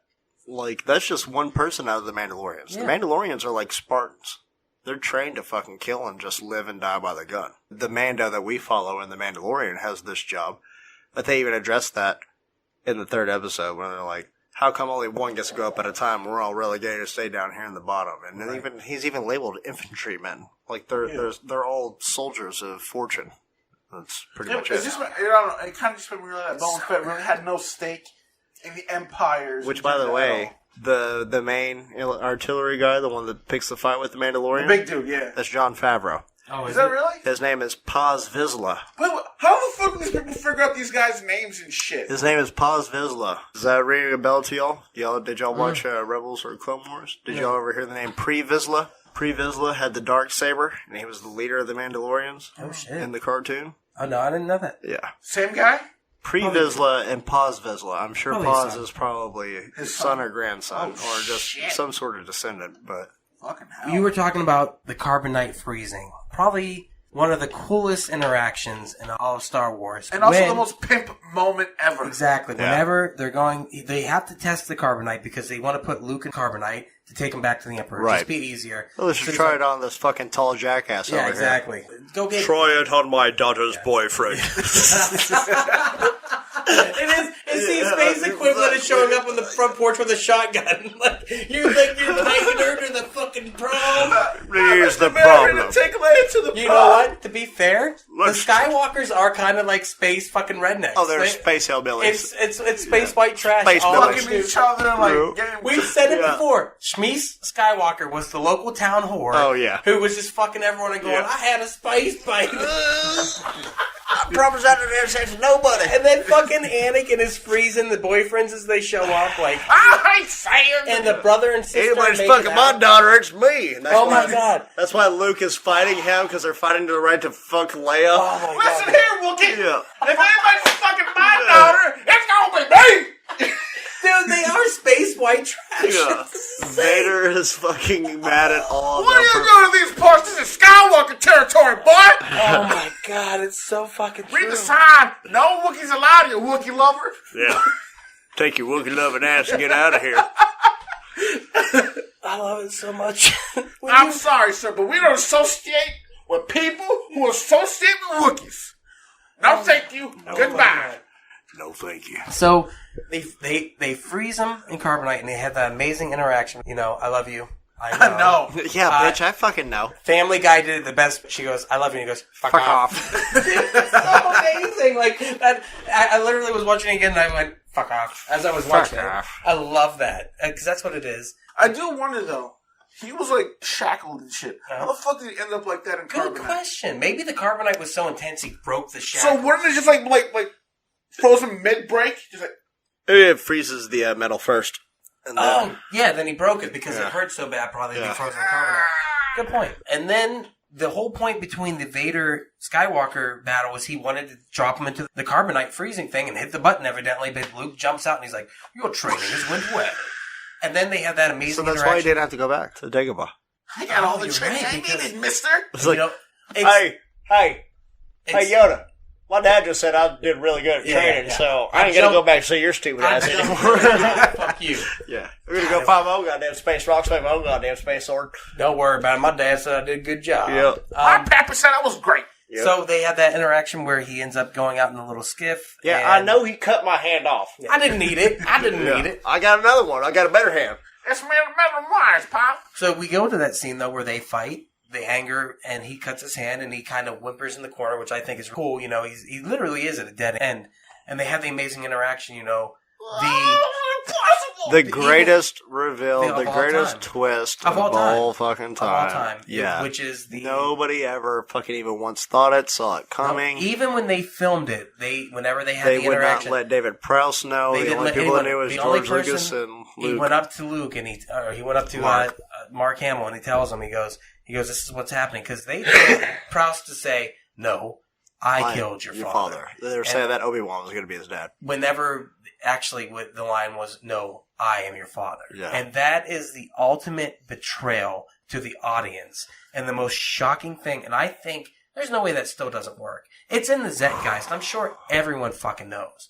But if you were to watch Star Wars and The Empire Strikes Back for the first time, I bet you that is the most astonishing. Even as a child, I remember being like, oh yeah, it took my breath away. I was just like, Yeah, a little bit.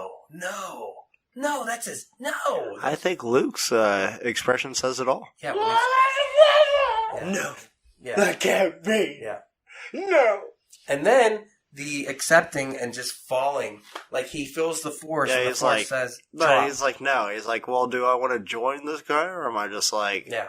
if I do that, everybody that I care about is gone. Right. So I'll sacrifice myself. So Luke falls down the shaft, and yeah, and he's hanging out in the little space antenna on the bottom of that, and he calls to Leia. He's going down a goddamn slip and slide. Dude, he is, 100%. He's in a fucking Wet n Wild fucking slide tube, and then he finally stops. He's like, oh, I can breathe a little. Yeah, I feel good. And then a fucking chute opens up right below him. I was like, why did that even happen, though? Or is it fucking space laundry? Like, was it There's something there? that falls also at the same time. Is it his hand? Where did his hand go, by the way? His hand, okay, so that was supposed to be the Palpatine beginning took it. of episode 7. I think we talked about this. It was going to be his hand just falling through space with the Right. fucking lightsaber in it. And it just... But how would it get to space? Because they're technically not in space when they're on Cloud Yeah, City, see, so that wouldn't make sense. That's a good reason So they cut it then, right? That means that his hand has to be somewhere on Bespin, right? Well, it would have to be discarded, I would think, because Maz Kanata Has ended the up with the lightsaber in episode 7. So is Maz Kanata on Bespin, and it just plunks her right in the fucking head, and she's like, Maybe that's why she needs thick-ass glasses. maybe She it ruined her she fucking just vision. took one with fucking... He calls to Leia, she goes, Luke, they come back and get him, and then... need you! Yeah, get over here, bitch. And then that's the first kind of hint that she might be force sensitive. And then the movie's over. There was no hint. That was very direct that she fucking heard him calling from the middle of goddamn nowhere. She said, hey, turn around. I have to go back and get my goddamn brother. Yeah, I gotta go get him. Oh, I gotta go pick up my brother. Yeah. My dad kicked him out of the house. My goddamn nutty brother. Yeah, my brother's trying to fuck me again. I said, I got real pissed off. And he froze my boyfriend. And that's the second... So what are you doing, Lando? The second... Yeah, oh yeah, she moved real quick. The second kiss, though, is... And, like, he's, like, healing in the back, and she fucking lays one on him again. There's 2 times. Yeah, but it wasn't like his passion. Yeah, no, it was more like, I feel bad for you. You lost your hand kind of kiss. One of the great cliffhangers of all time, though. Oh, amazing. Yeah, it's so uncertain where the series is heading here.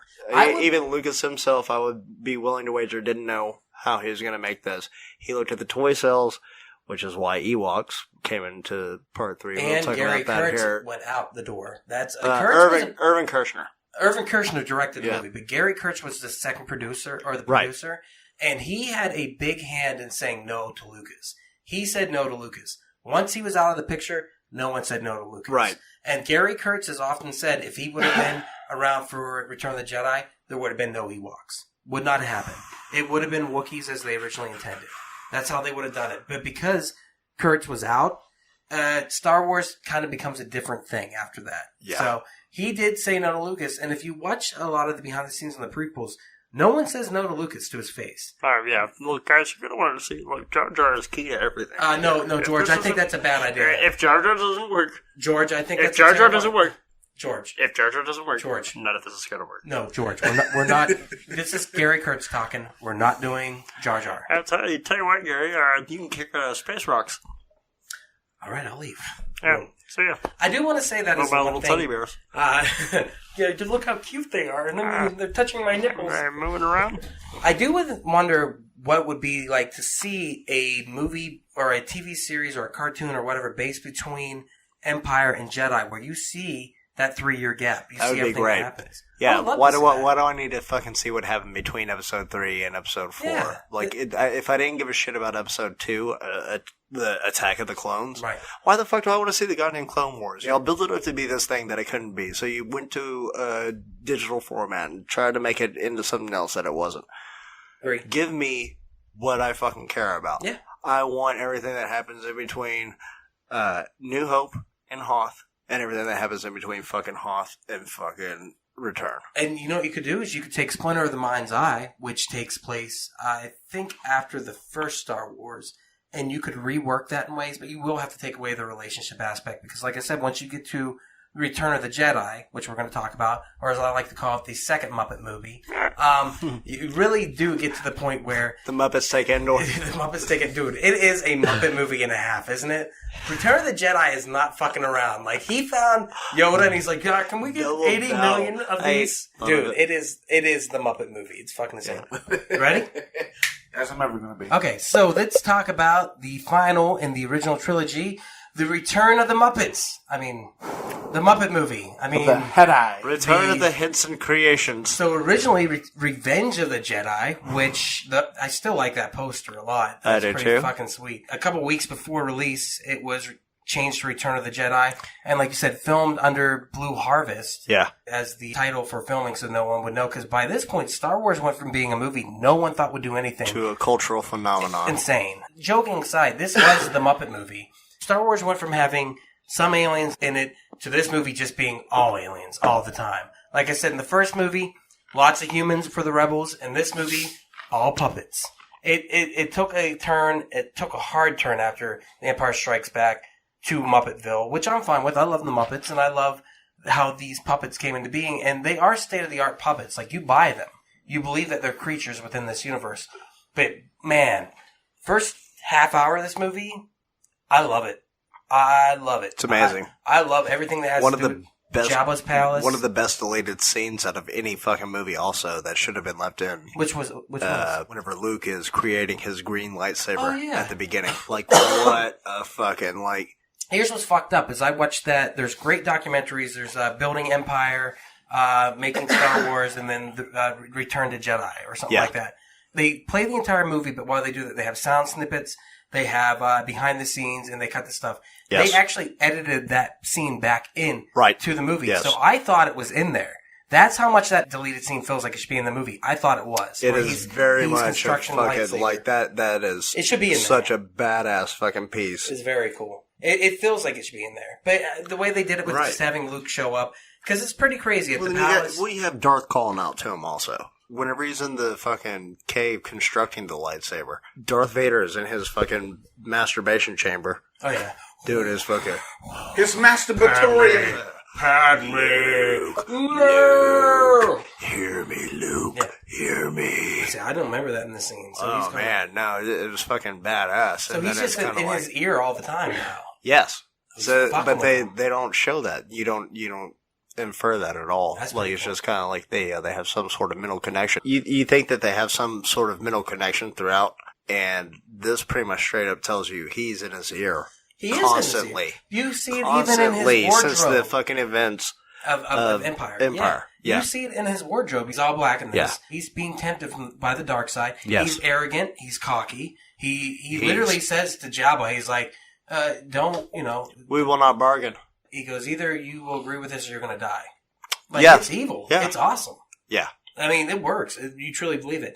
Oh, he's intimidating as fuck whenever he enters Jabba's palace. Let's talk about Jabba's palace. So the droids are sent there to deliver a message. Are we talking about the original Jabba's palace or the special edition Jabba's palace? We'll talk about both. So when they go to the special edition Jabba's Palace with the front door that's 15 football fields wide, like, it makes no sense whatsoever, but okay. I guess I had to get that Rancor in there somehow. Just the big old fat guy bringing them in. But I still like it, man. I like the fact that they show up and the eyeball comes out and he's like, what is that guy with the weird sperm head thing around there? That's cool as shit. I love these Muppets. He's a Twi'lek. I don't know what that is. So Twi'lek is the the girls with the the ponytails. The ponytails are skin. Exactly. He's a Twi'lek also. He's a male Twi'lek. Javi, what do you think about Jabba's Muppet Palace? I thought it was great. What about it?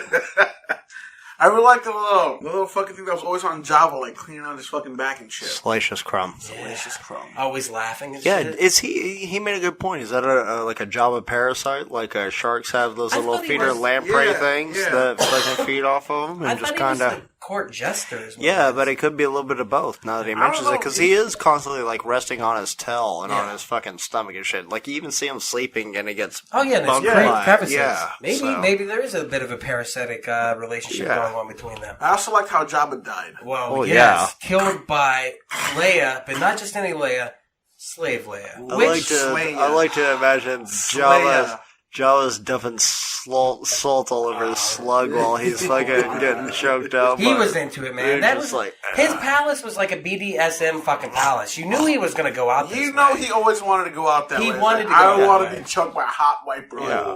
Oh, choke on the Jabba. Yeah. What is the old saying? Live by the cunt, die by the cunt. Absolutely. Leia shows up. She's got the thermal detonator. She's in disguise. She's not Leia. She's Boosh. Well, here's the weird part. She's cosplaying as a different bounty hunter at this point. Right. And nobody knows who it is. That is very intriguing also. And Lando has already been in place. For seeing it for the first time ever, you're like, what the fuck is this? No. Like, yeah, totally misleading because we've already been introduced to Luke and, only R2 and C-3PO at this point.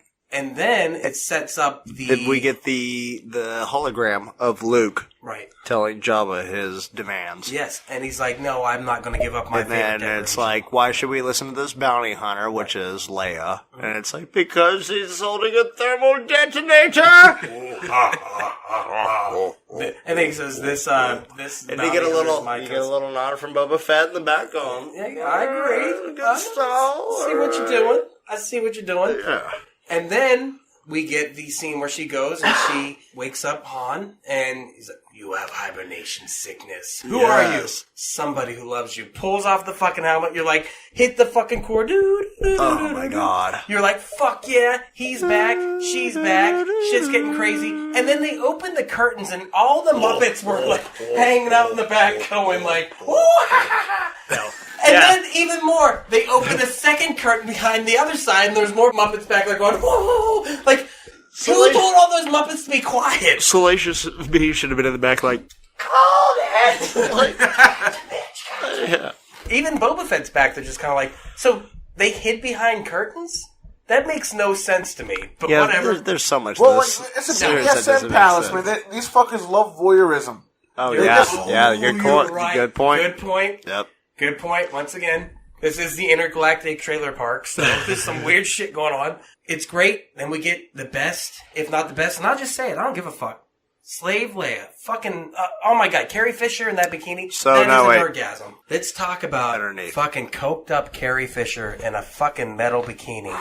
Sweet Jesus Hobbs. What do you think? That's every fucking... I remember flashbacks to fucking, when we were watching Shazam, you're like, sweet Jesus Hobbs. Yeah, dude. Yeah. Tell me that wasn't a sexual awakening in its own way. That's every 13-year-old boy's fucking dream. Are you kidding? It's my dream now. Yeah. Like, god damn, she looked good. She looked so good. She was gorgeous back in the day. Oh my god. She was gorgeous until the day of her death. I still would have. Yeah, y'all can say that. I don't care. I still would have done it. I know she got that fucking dry lip, that fucking drugs were not kind to that woman at all. They were in the beginning. Yeah. I'll tell you what, fucking Carrie Fisher and the Burbs. They were kind to everybody else in the beginning ever. Oh my god. And Carrie Fisher fucked all the comedians from the 80s. Like, she worked her way through. She's crazy as hell, but man, Carrie Fisher was a one of a kind. I'll take a shot to her right now. I'm not even gonna lie. To the Fisher! Yeah. That's all you want to pull me. To the Fisher Queen. To the Fisher Queen. Fisher Queen. I damn sure are. Here's to you, Princess Leia. We miss you. Leia the Slayer. We'll always have you as an amazing actress, as an awesome writer, and somebody who was a strong component of mental health and not stigmatizing it, as a party animal, and also, my God, you look good in that bikini. Also, Sweet Jesus. wait. You forgot somebody who would play the Star Wars Christmas special to get people out of your fucking house at the end of the night. Fucking genius, right? She made that her thing. That was one of her things. She goes, I can't remember what it was, but she said she would do something for George Lucas, but he had to give her a copy of the holiday special. Fucking genius. Yeah. He shows up. He doesn't really barter with Jabba. He's just like, listen, you give me what I want or I'm going to kill you. Throws him down to the fucking Rancor. The Rancor pit. Dude, I love the Rancor. Fuck yeah. I love it. What a great fucking creation. And Terrifying. And when I was a kid, and then on top of it, just knowing the scale size, like this is controlled by a guy with, it's on his fist. Like Right. it's a It's a little puppet. fucking puppet. it's more Muppets. Yeah. But But- the juxtaposition between how they filmed him and the Rancor, They filmed it at slow speed, too, to make totally it look believable. terrifying. And also, I think having the piggy fall down there with him, Dude, and having him eat the pig, and you see the hand sticking out. Yes. And he's just... Done. Rancor is nightmare. fuel. Rancor was fucking scary as shit to me Yeah. growing up. I told y'all, this is the first one that I watched. Right. Like, remember watching. Like, for real. It was one of those nights that my parents went out for the night to go dancing at fucking some country club. And my brothers and I were watching movies. And I hear that. And I'm watching this and I see the fucking Rancor. And I was like, God damn, dude. Like, What's happening? I was hiding my eyes. Like, I was afraid. I was probably 5 at I mean, the even time. It came Jabba- out in 83. I was I know born in that, 82, but it was playing on Cinemax. It was like 5 or 6. I know I saw Jedi for the first time after I saw Coneheads. So when I saw the Rancor, I immediately thought of that last creature Yeah. in the It cone. is a lot of But you know what? I'm sure the Coneheads drew a lot of inspiration for that. I wouldn't be hunter. surprised because I know that Conehead creatures actually scared me. You know what? And then when You I saw just the made me Rancor- realize the end scene of Attack of the Clones looks awfully suspicious to the end of Coneheads. That's You know what I'm talking about? And When they're David- trapped on the planet? Yeah, It's like, and- and he makes, Space gladiator, he makes yeah. the fucking golf club out of the goddamn I fucking... got to get away. away. I gotta the watch some goddamn Coneheads. Rancor tooth. Do you think the Coneheads are part of the Star Wars Would galaxy? that be fucking That would be awesome if they fucking dope. were like if they zoomed in like just like they did on the ET These- fucking you get family? fucking You get Coneheads. Coneheads out there in the I love goddamn you, Ronnie! galactic. I love you! Connie! That'd be amazing. My So, mom's the only one I can see it take a sandwich like that. but because he kills the Rancor, the best part is whenever the Rancor, the thing comes The down. Rancor handler. Yes, and he comes in and he cries. I felt so bad for the handler and the Rancor. When I was a kid, I love first that. saw that show. I feel bad. But the way that guy comes in, the look on his face, that's acting. Deserves an Oscar for that because Yeah. he's just like, Yeah. He killed his fucking his or family member. or he was fucking the Rancor. Rancor's fucking him, probably. All right, I well, like it. Mr. Hands. Yeah. You gotta keep so far away. Mr. Rancor. Mr. Han. Mr. Ran. Mr. Rancor. Ugh. Yeah, he perforated my bowels like 4 times and I'm still kicking. I love this beast. Oh, Rancor. Tame me. Oh, you bitch. So we get out in Jabba's skiff. R2D2 is slinging drinks. He's a out there. goddamn cocktail waitress. Is what he is. Call it what it is. It's Jabba's rascal. Yeah. That's not fucking going nowhere on his own. Yeah. Yeah, he put a drink tray on top of him and just like Yeah. put the sensor on so it doesn't You bump like into this people. skiff? I take it to Walmart every other Sunday. Here's the part that cracks me up. Okay, so Max Rebo Band is fucking amazing They're- though. they're- Oh, yes, so you're good. right, Max okay. Rebo Band is Max the Rebo. fucking We shit. skipped that. Rebo's killing it. Boba Fett's loving the hell out of it. Oh, yeah. Rebo, He's Lottie sitting on got these more fucking head fish than ladies. hand out body. Look, the original fucking song before Luke goes down on the Rancor pit is so much better than Right. the special edition song where they decided to make it into a true With Seth Muppets Rogen music singing? video. Yeah, exactly. Wait, that isn't Seth Rogen? That's Seth Rogen, right? There are Max Rebo bands on the skiff. I like how C-3PO runs into R2-D2, but R2-D2, I feel like he's found his groove. Yeah, see, R2's like, hey, leave me the fuck alone. I'm serving drinks right here. And C-3PO's like, how dare you? He's handing out margaritas. What are you doing? And R2's like, bitch, I found a job. First of all, I'm fucking the skiff. I'm serving hot drinks. Yeah, me and the skiff are totally doing it. You need to back the fuck up off my Kool-Aid, motherfucker. He is. He's a goddamn skiff fucking goddamn droid. I'm getting all kinds of pussy. Dude, the Star Wars is literally just the adventures of R2-D2 cleaning up. I'm fucking this skiff. I'm fucking the 3 vending machines on Jabba's palace. He was just like, I'm making money. I'm getting laid. I'm just living it up right now. It's like a fall run for me, bro. It used to be R2, CBPO. Which would be R2 cock blocking pissed off. Go out to the Sarlacc. The space vagina? What is it? What is it? Space mouth? Sand vagina? Sand mouth? What is it? It used to be that until they turned it into fucking trimmers. Yeah, it is trimmers. He's got the beak. Yeah. I would say it's more like I hate that goddamn beak, man. I'm not a fan of it either. I like the air of mystery. Yeah. I like to fucking wonder what goes on down there, as opposed to just be like, and also, Seymour. Like why will they be digested for 1,000 years in its belly? That way Boba Fett can escape and everything be alright. But does the saliva make them live longer so they're digested longer? So we're out there on the sand dunes. We got a Sarlacc. And then Luke is still being a cocky, arrogant son of a bitch. I was born here, you know. Yeah. You're going to die here, you know. Yeah, that's basically what happens. And then it was a ploy all along. We got R2-D2 throwing lightsabers.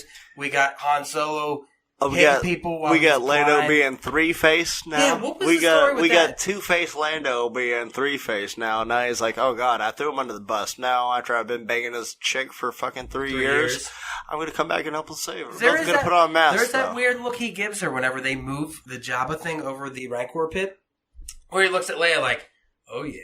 One of my favorite things, though, is whenever he's, like, close to being swallowed by the Sarlacc, you hear the screams that he lets out. He's like, ah! Just a little higher! Just a little higher! Like, he's, like, because... No, I can see better now. Han is still blind. Yeah, exactly. I can see a lot better now. Yeah, from the defrost process. Yeah, the dehibernation. Yeah. Dude, I love that whole scene. And then, just the battle, and then, like you said, Jabba gets taken out by Slave Leia. She just chokes him to death, and it's hot. It's hot. And then what happens? The droids fall over. They go pick them off. Everyone rides off. Return of the Jedi's over for me. That's it. Cut. You know what's fucked up? I actually do think that's where I actually stopped caring. Yes. I thought you were going to say cut to deleted scene. Sarlacc pit. A gloved Mandalorian reaches out. I think that's Patton Oswalt's kid, That's so good, though.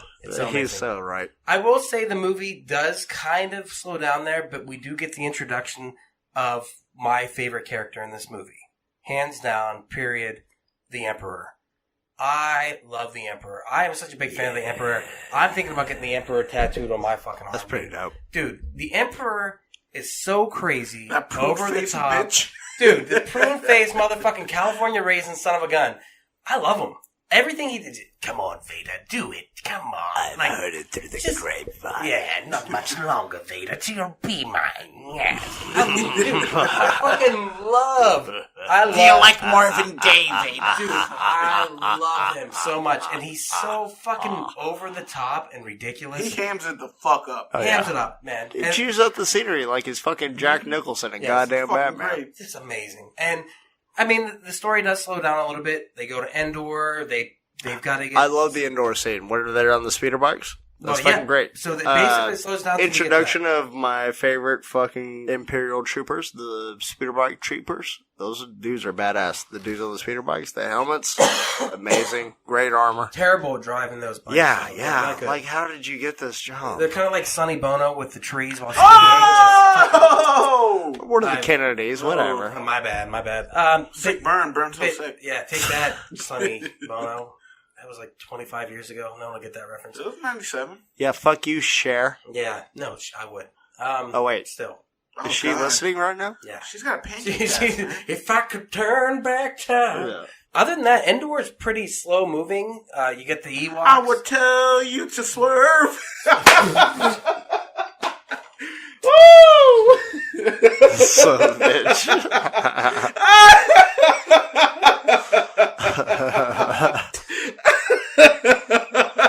Damn, Hobbs. So, in a tree. Sorry. So we got the Ewoks show up, and how do you guys feel about the Ewoks? All in all, I mean, I grew up with them. Like I said, this is the first Star Wars movie that I've seen, so I'm okay with them. Like, I get it. It's a money grab. And it is. It does take away from, like, what could potentially build for a better story. right? That being said, he got somebody that wasn't part of the Directors Guild at the time because he stepped down because he was adamant about not showing credits before his movie. Right. So I have to respect him in that craft also. So he got a British director named Richard Marquand to direct this. And I will say, I was thinking this earlier, the one thing about George Lucas is he's not a good director. I'll give him Star Wars, but I think it was saved in the end. He's a great storyteller, but he's not a director. Storyteller, but as a producer. He's a great idea man. He has produced some of the best movies you ever see. Have y'all seen American Graffiti? I've never watched that. So good. But he did direct that. I will say, though, in production, he produced Indiana Jones. Yeah. The Land Before Time. Yes. Willow. Labyrinth. Yeah. Once again, another Muppet movie. He has produced so many movies, especially in the 80s, that had such a lasting impact. He's got a Midas touch, essentially. I mean, honestly. He seems like whatever if he says, you know what, this could be something great. And he'll fucking write. I'll give it my blessing. I'll produce it, give you the money, whatever you need. He's good at that, but as a director, maybe oversee the vision a little bit, like just add in a little bit. Yeah, exactly. Tinker with a little bit. Like, hey, maybe we want to go this way with it. I think as a producer, he's unbelievably good, but as a director, not so great. Yeah. Evidently, with Richard Marquand, he did go and he basically directed this movie. He did. He told the guy what to do. He had total control over this production. Yeah. But also, that is why this might be the lesser of the original trilogy. But even with that said, this has a lighter tone. When it comes to the Luke and Vader stuff, darker. When it comes to the Leia and the Solo stuff, a much lighter tone. Especially Solo. Solo is a completely different character in this movie. Right. He is just, like I said, he's like cracking dad jokes and having a good time and just to him at the end of this was the end of the entire trilogy. So let's just please everybody at once also. Fan service. Right, yeah. We're gonna take care of the people that have been invested in these characters. We're gonna make sure they have happy endings. This is the way. In the 80s. Yeah. Candy and blowjobs. Yeah. That's what it was. Sunshine and lollipops. So we get to Endor. And like I said, there's some fun scenes there. They get captured. C-3PO is considered a god. Luke uses that against them. Goldenrod is considered a god. I like all that stuff. C-3PO, tell them. You show them your power. You show them their magic. And then he levitates him. That's so great, though. It's amazing. And then they're freaking out. It's an underrated part of Luke's growth as a Jedi at that point. You don't really notice it because you don't see him really moving stuff that big or anything like that, controlling people's minds, making them think something else. Right. So they're starting off small. And it's such an underplayed part that nobody really actually pays attention to it. That is a testament to his true fucking strength. Yeah, I want to say his this being now, a Jedi. Like I wondered at the end of the movie when Darth Vader dies, and he's been holding him to get to the ship, to get him on the ship, and he's like, come with me, and he dies there right on the ramp. At that point, he was helping him struggle to get to the ship because he could walk. Do you think to get him on the ship, he just force-powered it, picked him up, was like fucking throwing him like a rag doll? Like, I was watching this thing on Yoda. No, you ain't listening. Get up. Dick, come on. When Yoda was older, when he fought Palpatine and shit, he had to use the Force to be able to be as nimble as he was, to give him that fucking strength. Who didn't do the same thing? Well, he is doing a lot of flips and shit. Well, let's talk about that. Let's talk about the Battle of Endor is one thing. That's a fun side quest. But the true meat of this is the battle between Luke, Vader, and Palpatine. Death Star 2. Dude, well, that's the third part. You're right. Because the Death Star 2 does happen. But that's there. You know, that's just part of it. But the Vader, Palpatine, Luke shit is amazing. That is but that takes place on Death Star 2. It does. So while they're trying to cruise in there, it all plays together because they're trying to shut down the shield generator. You get what I'm saying. They're trying to get in there and blow up the Death Star. And then you've got the epic battle of the white trash on the fucking Death Star. Where Grandpa showed up now. Fucking my daughter. And it's just out of control. Yeah, she's my sister. But I love all that stuff. Like, I'd fucking... So great. Dude, like, I'd like be part of the dark side. He's But trying I'll to never break turn. him down. Yeah. He's fucking just saying, He's no, gaslighting him like I'm a not, son I'm of not a going to bitch. do it. I'm not going to fucking do it. And he's like, kill your father. Take your rightful place It's on like, my side. no, you know what? I've had a lot of time to think about it, and my dad is actually pretty cool. But let your anger grow. Let your anger grow, young Skywalker. Yes, do it. Do Strike it, him do down. it, do it. Watch this. I did this shit Strike him once. down. Watch. Do it. Rise, He did that to me once. Skywalker. I love it, dude. And then having the turn of like, he's like, the Emperor realizes he's not going to turn him, so he just force lightnings him, gives him the old Mace Windu. And then goes even more prune face. And then Vader sees it. Don't hurt me, I'm just an old man. Yeah, and has that moment where he looks from the Emperor, looks at Luke, looks at the Emperor, looks at Luke, says, no! Yeah. Picks that fucker up God and damn. chucks him. What a fucking great moment, though. You don't need Yeah. the no in there, but even with the no, it's still a great moment. No, well, I mean, like I said, I can still think back to the first time watching it Yeah. and Is- going like, is holy Vader shit, he incapable- saved his son. Yeah, it's Is crazy. Vader incapable of using Force lightning? I don't know. Because there's like a lot of shit that, like, as a Sith, he can't do. Or that I've never seen him do at all. Okay, so do you think maybe having complete control of all of your body parts as opposed to being reduced to half cyborg, half man, do you think that has something to do with it? Like you need all the extremities? Kind of like if you were to rub your feet on the carpet and give somebody A little bit of spark. little That's zap right. Yeah. right there. Yeah, but with that said... Well, that's why I think maybe, Palpatine uses all these powers. So we get the Dare final he? battle. Vader saves Luke, but in the process of throwing him down the shaft... Luke saves Vader. Luke saves Vader. Emperor Palpatine explodes. He doesn't explode. We Doesn't- don't know this. Yeah, we don't know because it looked like whenever that happened, maybe... The base could have exploded. He could have had a force Could shield he have around pulled him. a fucking Voldemort, even though I know you don't I like was just Harry thinking Potter? that. Yeah. I was Could, just thinking could that. he have just disappeared across the galaxy? That's the fucking thing about this whole series. You don't know how the fucking force works because we get introduced to new ways how the force works all the time. Yeah. So they Like, can who's to say they can that, like, learn he it. didn't learn about Plagueis' like way to live forever, and just like fuck it, last moment, let's just try whatever Plagueis thought, and just try something different. Maybe he where dispersed. Plagueis went right, I'm gonna go left. And so he dispersed across the galaxy and then disappeared. I will say, with Vader, though...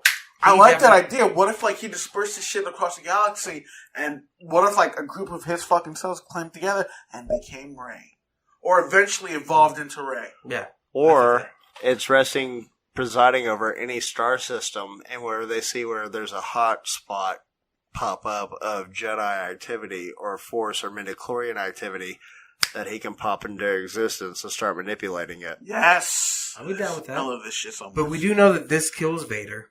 And like I said, him and Luke hobble to the ship, and he falls over. He's like, "I'm not going to make it."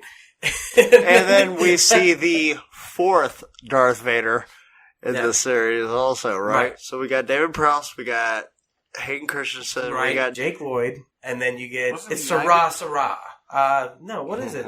No, he was knighted. I'm pretty sure he was knighted. Dude, who is this guy? I know who you're talking about. I know his name. Dude, it's driving me also. nuts. Richard Attenborough. It is Richard Attenborough. It's close to that, actually. It's Sebastian Shaw. Yeah, Shaw. Sebastian Shaw. That's the guy Sebastian from Shaw. X-Men. You're exactly right. Sebastian That's Shaw. Kevin Backham. And he takes it off, and then he becomes like the oldest old man ever. And you never once think of Vader as an old man, but once he takes off, he's like, Well, I mean, first of all, There's a giant vagina on my forehead. his son's like a hard. His son's a hard 30. Why would you expect him to be the same age as his kid? Well, I mean, it's We- Force Ghost. it's not anybody's fault besides George Lucas's. He said, "Luke, I'm your father." Okay. So even as a kid, I knew that. I knew Vader was going to be an old No, fuck. but I'm saying, the head like- doesn't match the body. Oh yeah, we forgot the Oh, one other yub thing. nub. The moment where Luke and Leia have on the planet, the forest moon of Endor. I have to apologize. Where he explains that it's a really weird interaction where he's like, "You're my sister," but he does it in the most No. ass backwards way. No. Yeah, okay, so yeah, he says that, but she's like, yeah, I know. Yeah. But that's a callback to Empire, whenever she tells Han, I love you, and he's like, yeah, I know. At this point, Luke tries to reveal it to Leia, she's like, I know. I've always known. So Yeah, why exactly. the fuck did you fucking French kiss him? Because I wanted to make Han Solo jealous, just like you did, Luke. Bitch. Blue balls to the Solo. Blue balls to her brother. Ugh. Maybe she just thought it was a badass line. She just wanted to say it. Like, as soon as he did it, I know. Fuck, Trust me, badass. I know God this. Damn it. Space, white trash. That's But you what's know going what? Me being a Star Wars fan, I can always find loopholes in this shit. I can say, like, hey, you know what? She didn't realize that she had force powers until Darth Vader and Palpatine were killed. There is that moment where Han says to her, he's like, hey, if you and Luke, you're a thing, I'll get out of the way. It's no biggie. I want what you want. She's like, no, I like to fuck my brother. There's that weird thing where she's like, no, he's my brother. And they kiss. And as they're kissing, He's like, oh, yeah? he has a That's realization. even hotter. Yeah, he has a realization in the middle. He's like, we're about to have some freaky fucking sex. We're about to make a little Ben Solo right now. And also... That would explain his anger issues. They transferred over? I'm a product of incest and shit like that. Maybe it was Leia who transferred the anger issues over to him because it's like, holy shit, I wanted to fuck my brother all the time. It's that Downsy anger. Fucking Robert Downey. I'm strong with the Force and also strong with the chromosomes. I got too many. Do you think maybe Han got drunk? Wait. Maybe Han didn't like him, and like every once in a while he got a little bit drunk when the blue milk, and he came out and was like, "Well, your fucking mother kissed your uncle, you son of a bitch." Every time I look at you, I think of Luke. Yeah. I think of your uncle because he got his eyes, man. Don't think my uncle, he burned him. He burned him and my aunt alive. Then he got Uncle Luke trying to kill little Ben like, Uncle Ben, what are you doing? I gotta erase my mistake, boy. How'd you talk about my Uncle Ben and Aunt Maru like that? Oh my god, that's fucking awesome. Uncle Luke, no! I'm sorry, Benjamin. Oh my god. I'm sick of having blue milk and chimichangas.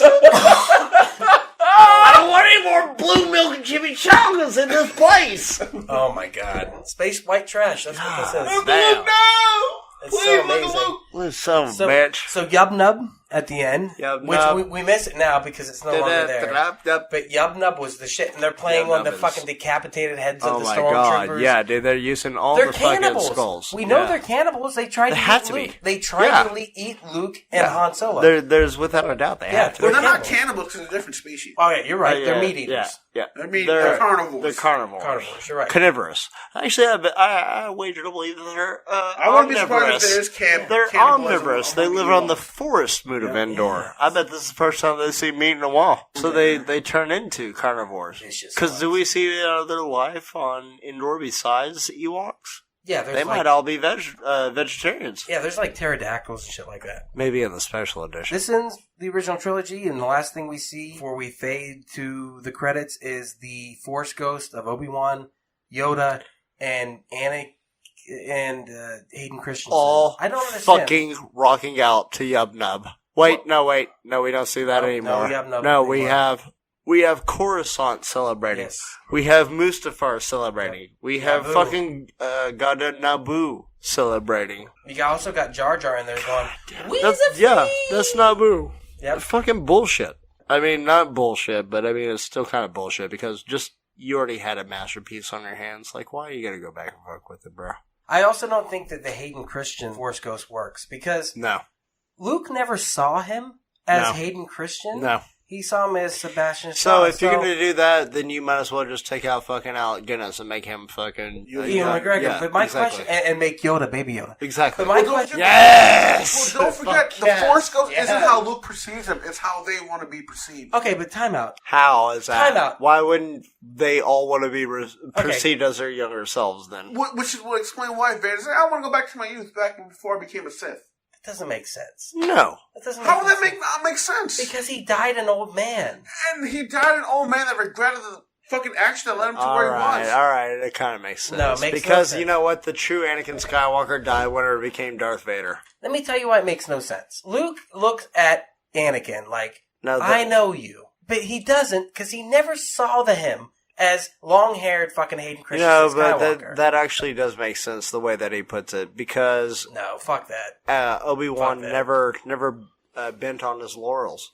he never fucking changed as a person. That's But- why he remains as an old man Force Ghost, because But he always died did what coming he back believed to the in. light side. But so he that doesn't always make did sense. what he believed in. Doesn't make sense. Whereas old Anakin turning into young Anakin does make sense in the context that he put it, because that was the last time that he was That's happy. not true, though, as a- because when he died Jesus as the Christ, light I side. don't So fucking- Yeah, he died as the light side, but look what happened to him. you're just giving me the George Lucas reason for it. And I'm not giving the never George believe it. Lucas reason for it. You gotta think about it like this. Alright, if you were a Force Ghost and you were all fucking gimped up like fucking Vader was, would you want to be a Force He Ghost all wasn't gimped up like he Vader? wasn't gimped up in the Would you original want to? trilogy. Would you want to be a limbless? He wasn't Force Ghost, gimped up. Or would you want to be a limbless young He Force Ghost? wasn't, though. He was I'm asking fully... you, Duck. If you were a fucking Force user and you had the power to be a Force Ghost, and you were all limped up in real life, would you want your Force Ghost to be all limped up? He's not, though. He is. Not in the original trilogy. He's back to normal with all of his limbs. No, he's not. Yes, he is, and I'm going to pull it up and prove it to you right now. Hey guys, You count your money? are we done talking about this? Because I feel like the interview time is up for the allotted time of money that I was going to receive. Can I throw you a couple more bucks? I don't remember Return of the Jedi all too well. Oh fuck you! I gotta rewatch it bruh. tomorrow. I'm gonna rewatch it tomorrow, bro. Is he all gimped up there? Push play. You giving me a phone? I'll give you your phone. Push The play. original. Does he look gimped up there? I know. Look, he's missing some arms. No. All right. He's not gimped up. Even with this, Force Ghost not bend to the will of how the pursuer is supposed to perceive him. I'm sorry, I That's how don't they think you wanna know be how Force this. Ghost. I don't Why think you are know so how crazy Force that Ghost Vader's works. I want to be a Force Ghost back when I was younger. Hey, stop yelling, because you know what? I don't think you know how Force Ghosts work, just as none of us know how Force Ghosts work. He doesn't even believe in the ghost that was on the recording from the We're last going to have podcast. to agree to disagree. Right. He is like, the only way I'm going to believe First this of ghost all- if I can eat this fucking ghost ass. First of all, This is a hot gentlemen, ghost? This is a hot, gentlemen, sexy fucking ghost with a gentlemen, big old fucking ass? Gentlemen, I'll eat that fucking ghost ass, but if not, I don't believe in ghosts. I'm if afraid I of ghosts. You so I'm forward scared of as ghosts. to convene on my better half, I must interject in this conjecture. I'm just saying, you can't bring a reality situation like that to this situation right now. Wait, you are... I must intervene on my own behalf. There it goes. You're saying that ghosts are real. Ghosts are not real. So then why are you... Why are you twisting this shit? No, Why are you you just... twisting this? Why do you have so many opinions on ghosts? No, you just said that ghosts are real, pretty When much. did I just say ghosts are real? Because if we're talking about it this way, you could talk about Star Wars that way. First of all, I'm just saying, that was a real situation that we just had. No. I don't like you two right now. Nah, that ain't... But I'm just saying, Yeah, ghosts are real. whatever. Whether ghosts are real or not, that's nebulous. What? What? This is a word. Look it up. Oh. But I'm just Like he's looking at words. So that's the end of the Star Wars conversation. I guess so. Do you guys love Star Wars? Yeah, that's how Return of the Jedi ended. Yes. I think it. I honestly, I'm telling you right now, I truly believe Return of the Jedi ended with fucking Han giving it to fucking Leia hard. Oh, yeah. Oh my god, they That's how we fucked got like, Ben. dude. Ben Solo's middle That's how name we got is Kylo. fucking Wicked. Like I'm telling you, like they fucking Ben Wicked Solo. Like oh Why's shit. that way so hairy? Well, because Wicked was part of it. Because Leia's into that freaky shit. Oh, yeah, she totally She's fucking like, banged oh, Wicket. here's my friend Wicked's Han. You want to Like, meet him? hey, Wicket, you want to dick it? And he's like, yub nub. Yeah. So- I'll put the yub in the nub, as Doug said earlier. Put the yub right in the, or put the nub in the yub. So anyhow, that's our Star Wars conversation. Hope you enjoyed it. That was a 3 long hours. one. 3 yeah. hours. Yeah, well, it won't be that long once I edit. But anyhow, yeah, thank you so much for listening. Check us out on the web on our Facebook We Are Error page. Send us an email at quackattack5000@gmail.com. This has been Duck. I've been here with Yub nub. and Javi. and Eat it, the yub nub. and go yub nub yourself, Yub nub. Yeah. Nub that yub all over your faces. you bitch. No nub November. And there it is. Thank you so much for checking out the podcast today. If you have enjoyed it, please do not forget, share with your friends. That is how we grow the network. And if this is your first time listening, head over to your favorite podcast app, Spotify, Stitcher, Podbean, iTunes, and give We Are Podcast a like. And if you've enjoyed this podcast, you're going to love the other podcast here on the We Are Podcast Network. We have We Are Bagu, a video game podcast featuring me and Dr. Ethan Eastwood. That's where we talk Atari to Steam and everything in between. Don't forget Heroes Gyros, a Dungeons and Distractions side quest. Me and the boys were sitting down, we're playing some D&D, we're having so much fun. You can go and start that from the beginning of the journey, Season 1, Episode 1. You're going to love it all the way through. And finally, I Hate Being Sober. Personal stories from epic people. I'm going to sit down with some of the most epic people I've ever met in this world, and we're going to talk about their life, we're going to talk about their trials and tribulations, and we're just going to talk about their journey this far. Head on over to our social media. All links can be found in the description. You can find us at Facebook, Instagram, and Twitter at /WeArePodcast. Also, head over to the Facebook group, We Are Era. We would love to see you in that group. And don't forget, if you've enjoyed the podcast today, share it with your friends. That's the only way we can grow this network. With that said, do not forget, support local comedy in any way that you can. We really do appreciate it. We'll see you next time.